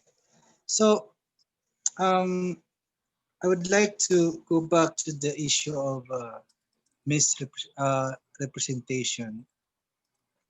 Actually, there will be no misrepresentation if there is honesty. Like if some people in the US or in any other parts of the world would like to perform something that is rooted from such in the culture in the Philippines, but they have to be honest to tell the audience that this is not the original. This is just an inspiration from the original dance or music from the tribe from the Philippines. Because when we are talking about the roots, remember that there are different kinds of roots. There are principal roots and there are root hairs.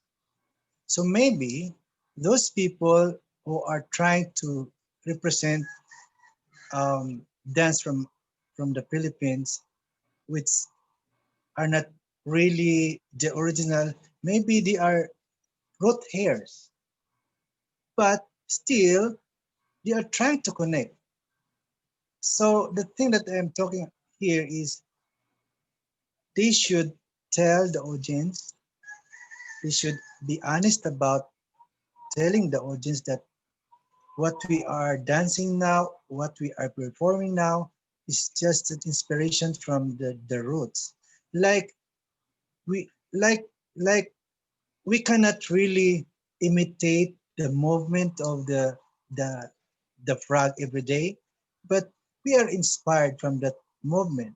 We cannot imitate the the eagle flying, but we get inspiration from that eagle. So I think we also try to give consideration and tell the people who are performing outside that they should be honest. And then we encourage them to protect the source by coming here, like what we do in our rituals, like in the river, that how do we protect our source? We go to the river and do an offering to the spirits that guards the river or to the guardians of the river. So maybe we encourage the people outside, like the Filipino American or the diaspora, to go to the roots and try to see what they can help to protect the source and work with the guardians of the source. So there will be sustainability of the culture. That's what I can say. Thank you so much, Wawai. Marlon, do you want to chime in?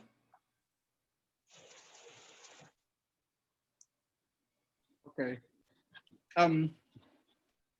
I think most of us here back home would have a relative or two or more back in the state in the United States, and we are proud that we actually have relatives we have relatives abroad, and as much as well, for Ifugaos, as much as you are in the States, you are no longer connected with the motherland, but you are connected in the way the way you treat your family, the way you do your dances, and we're proud of that. And as I keep saying, you have to carry your culture wherever you go. You become the agent of our culture. You represent us, and there's nothing wrong with that, But somehow you have to educate yourself as to the rootedness of what you're trying to carry there with you. We love watching our nephews, our nieces who are born in the States and then dancing Ifugao whenever these Ifugao groups come together. Well, from our perspective, sometimes most of the time they look funny. They speak our language in a totally different way, but still we're like, oh, they're speaking Ifugao, they're dancing Ifugao, even if it's not, well, the original Ifugao way, but we see ourselves in you outside, and we're proud of that. So how do you are representatives of our culture, you are representatives of our people. Do it well. I think that's the only thing we can say. If you want to help the people back home, represent us in a nice way, represent our culture in the best way you can. And you need to tap back, you need to always retrace where you came from, because that makes us, that connects you to us, that makes you Ifugao, that makes you Filipino. I think that's the only thing I can say. Thank you so much. Kuya Marlon. So I think to wrap up our webinar tonight, we'd like to ask each of the panelists to share their last words with regards to identity, and just kind of like give your last words to the audience. Maybe we hear it from the ladies first.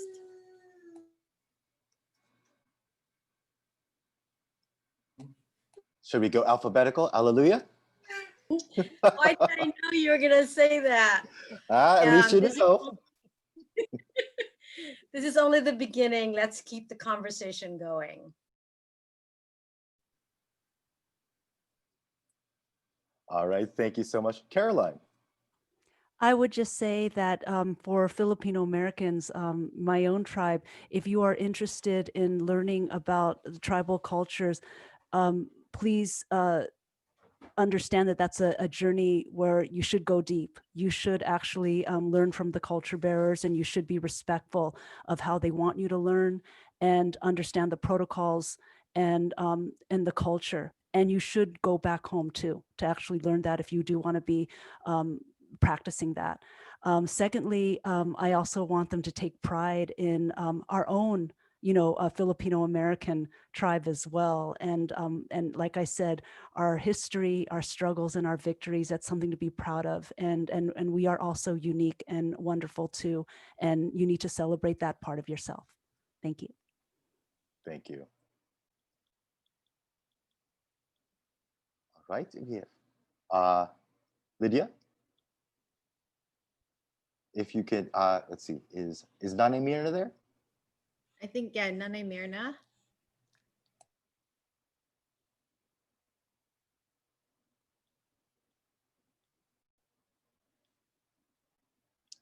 Okay, if we can't get Nanay Mirna, let's go on with Sir Marlon. Nanay Mirna's on. Hi, hello. Oh, there she is. Hello, Nanay Mirna is here. Hello. Hi, Lydia. Hello, Lydia. Nay, anong mga last words nyo sa mga audience nating nanonood ngayon? Uh, uh, First of all, thank you so much for including us here. And it is such a great learning to me also. Despite that the Tiboli people are the worst ever have lost almost everything. But through this through this webinar, I'm so thankful, and with my friends here, uh, the Tibolis are very proud that you have included us in here. Thank you so much. Thank you so much. Salamat, Nanay. Sir Marlon?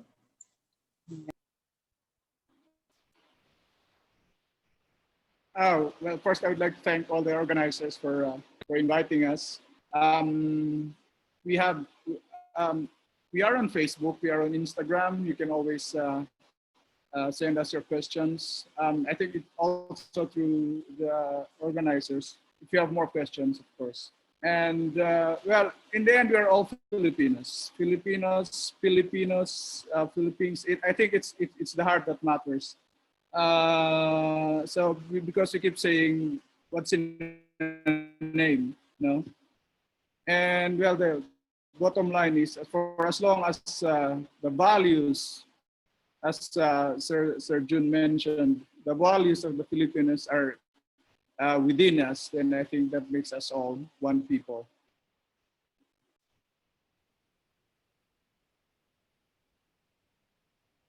Thank you so much. Sir Oscar? We just need to ask you to unmute real quick. Okay, briefly, just try to maybe learn 3 things. Learn the Filipino language, learn each other's histories and literature, and remember the youths of the 1980s, this saying that they made up, that everybody's using, but they're not giving credit. These are from the youths of San Jose, who said, know history so you can know yourself. No? So know history and literature and languages so you can know yourself. Because if you don't know any histories, then you will have no self. So no history, no self, no history, no self.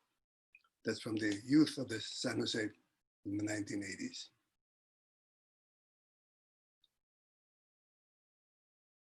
That's it. Thank you so much, Sir Oscar. And Professor De Leon? Thank you to the organizers for having this webinar, and I learned a lot. I'd just like to also support what Oscar said. We have to learn our history, we have to learn our cultures, because culture does not pass through the blood. We have to learn it, we have to study it, we have to transmit it, through the school system, media, and on. And I would like to recommend, especially to the Philippine American who are in the US, they can help in the advocacy of the 3 R's. I call them the 3 R's. Because I said earlier that our 8 living Filipino cultures are all equal. They are very important because each one fulfills a national need or a human need, But we tend to marginalize the traditional ones. The traditional ones are the indigenous cultures, the culture of the Muslim Filipinos, and the culture of the lowland folk, the ones living in the barrios, in the rice fields, and so on. We have to promote these 3 because we have to recognize their worth, because every culture has a certain worth that we have to really identify. So recognize them, recognize who they are, and then secondly, give them respect, and that's the second R. Thirdly, we have to make sure that they are represented in the mainstream. And I thank you for what you're doing now, because you are representing the Tiboli in the mainstream, we are mainstreaming them. Really, the third one is very important. We have to mainstream, we make sure that all the peoples in the Philippines are represented in the mainstream, and only those who are in the urban areas are well represented in the mainstream, in the national life. So that's what we have to do. with the help of the films, we can help mainstream all of our peoples, especially the first three traditional peoples. Thank you. Thank you so much, Professor De Leon. I think we lost Wawai. Just Yeah. double check. Okay, no worries. But we did get some great insights from Sir Wawai. So Lydia, do you have any things that you want to add into this? Yeah, first of all, I'd like to thank everybody who's here, and it's been an honor to, work with you all to put this thing together. I think that culture evolves, and the socio-political situation in each country in the world, changes over time. And I think that, like what Alleluia was saying earlier, these conversations has to happen, like at least on a regular basis, right? Because these are issues that has arisen from, like, I don't know, 5 decades ago. And, we just need to kind of like keep on talking about it and keep on having these dialogues. So, yeah. Oh, thank you so much. We bid goodbye. We'd also like to say thanks again to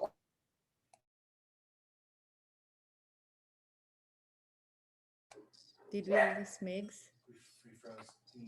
So yes, we did. So again, to just all of sorry, Migs, are you there? Yep. I'm here. Okay, all right. Can you hear Sorry, me? I cut you off. Go ahead.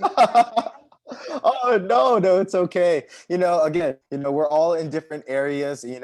Charisse and I were in different. She's got better connection where she's at. My connection, it goes in and out. But that's at least we're connected. That's the thing. So before we bid goodbye, we'd like to say thank you once again to all of our viewers, especially those on Kumu, for joining us for our very first International Voices from the Field program.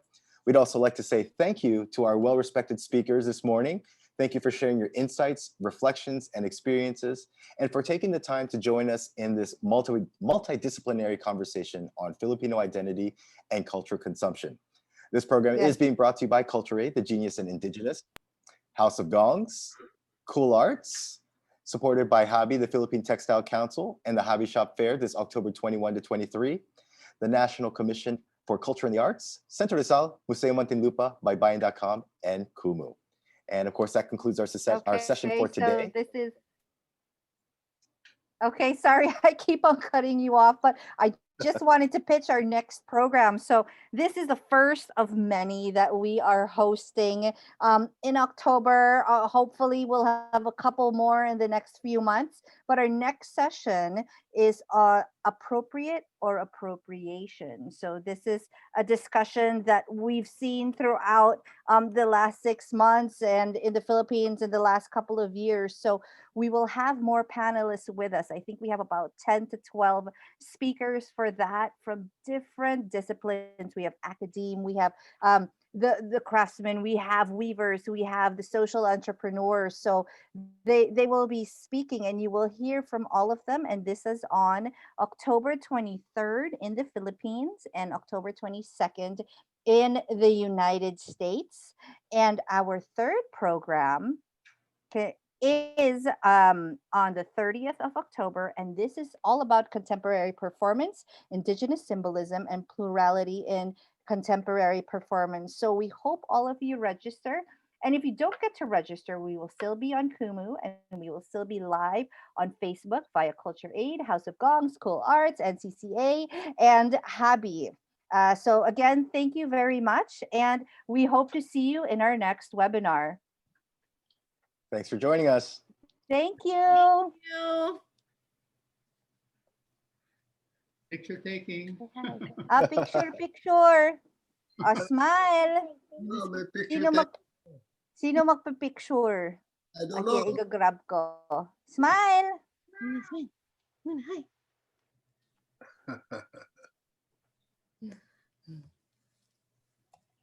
Okay, hold on. Okay.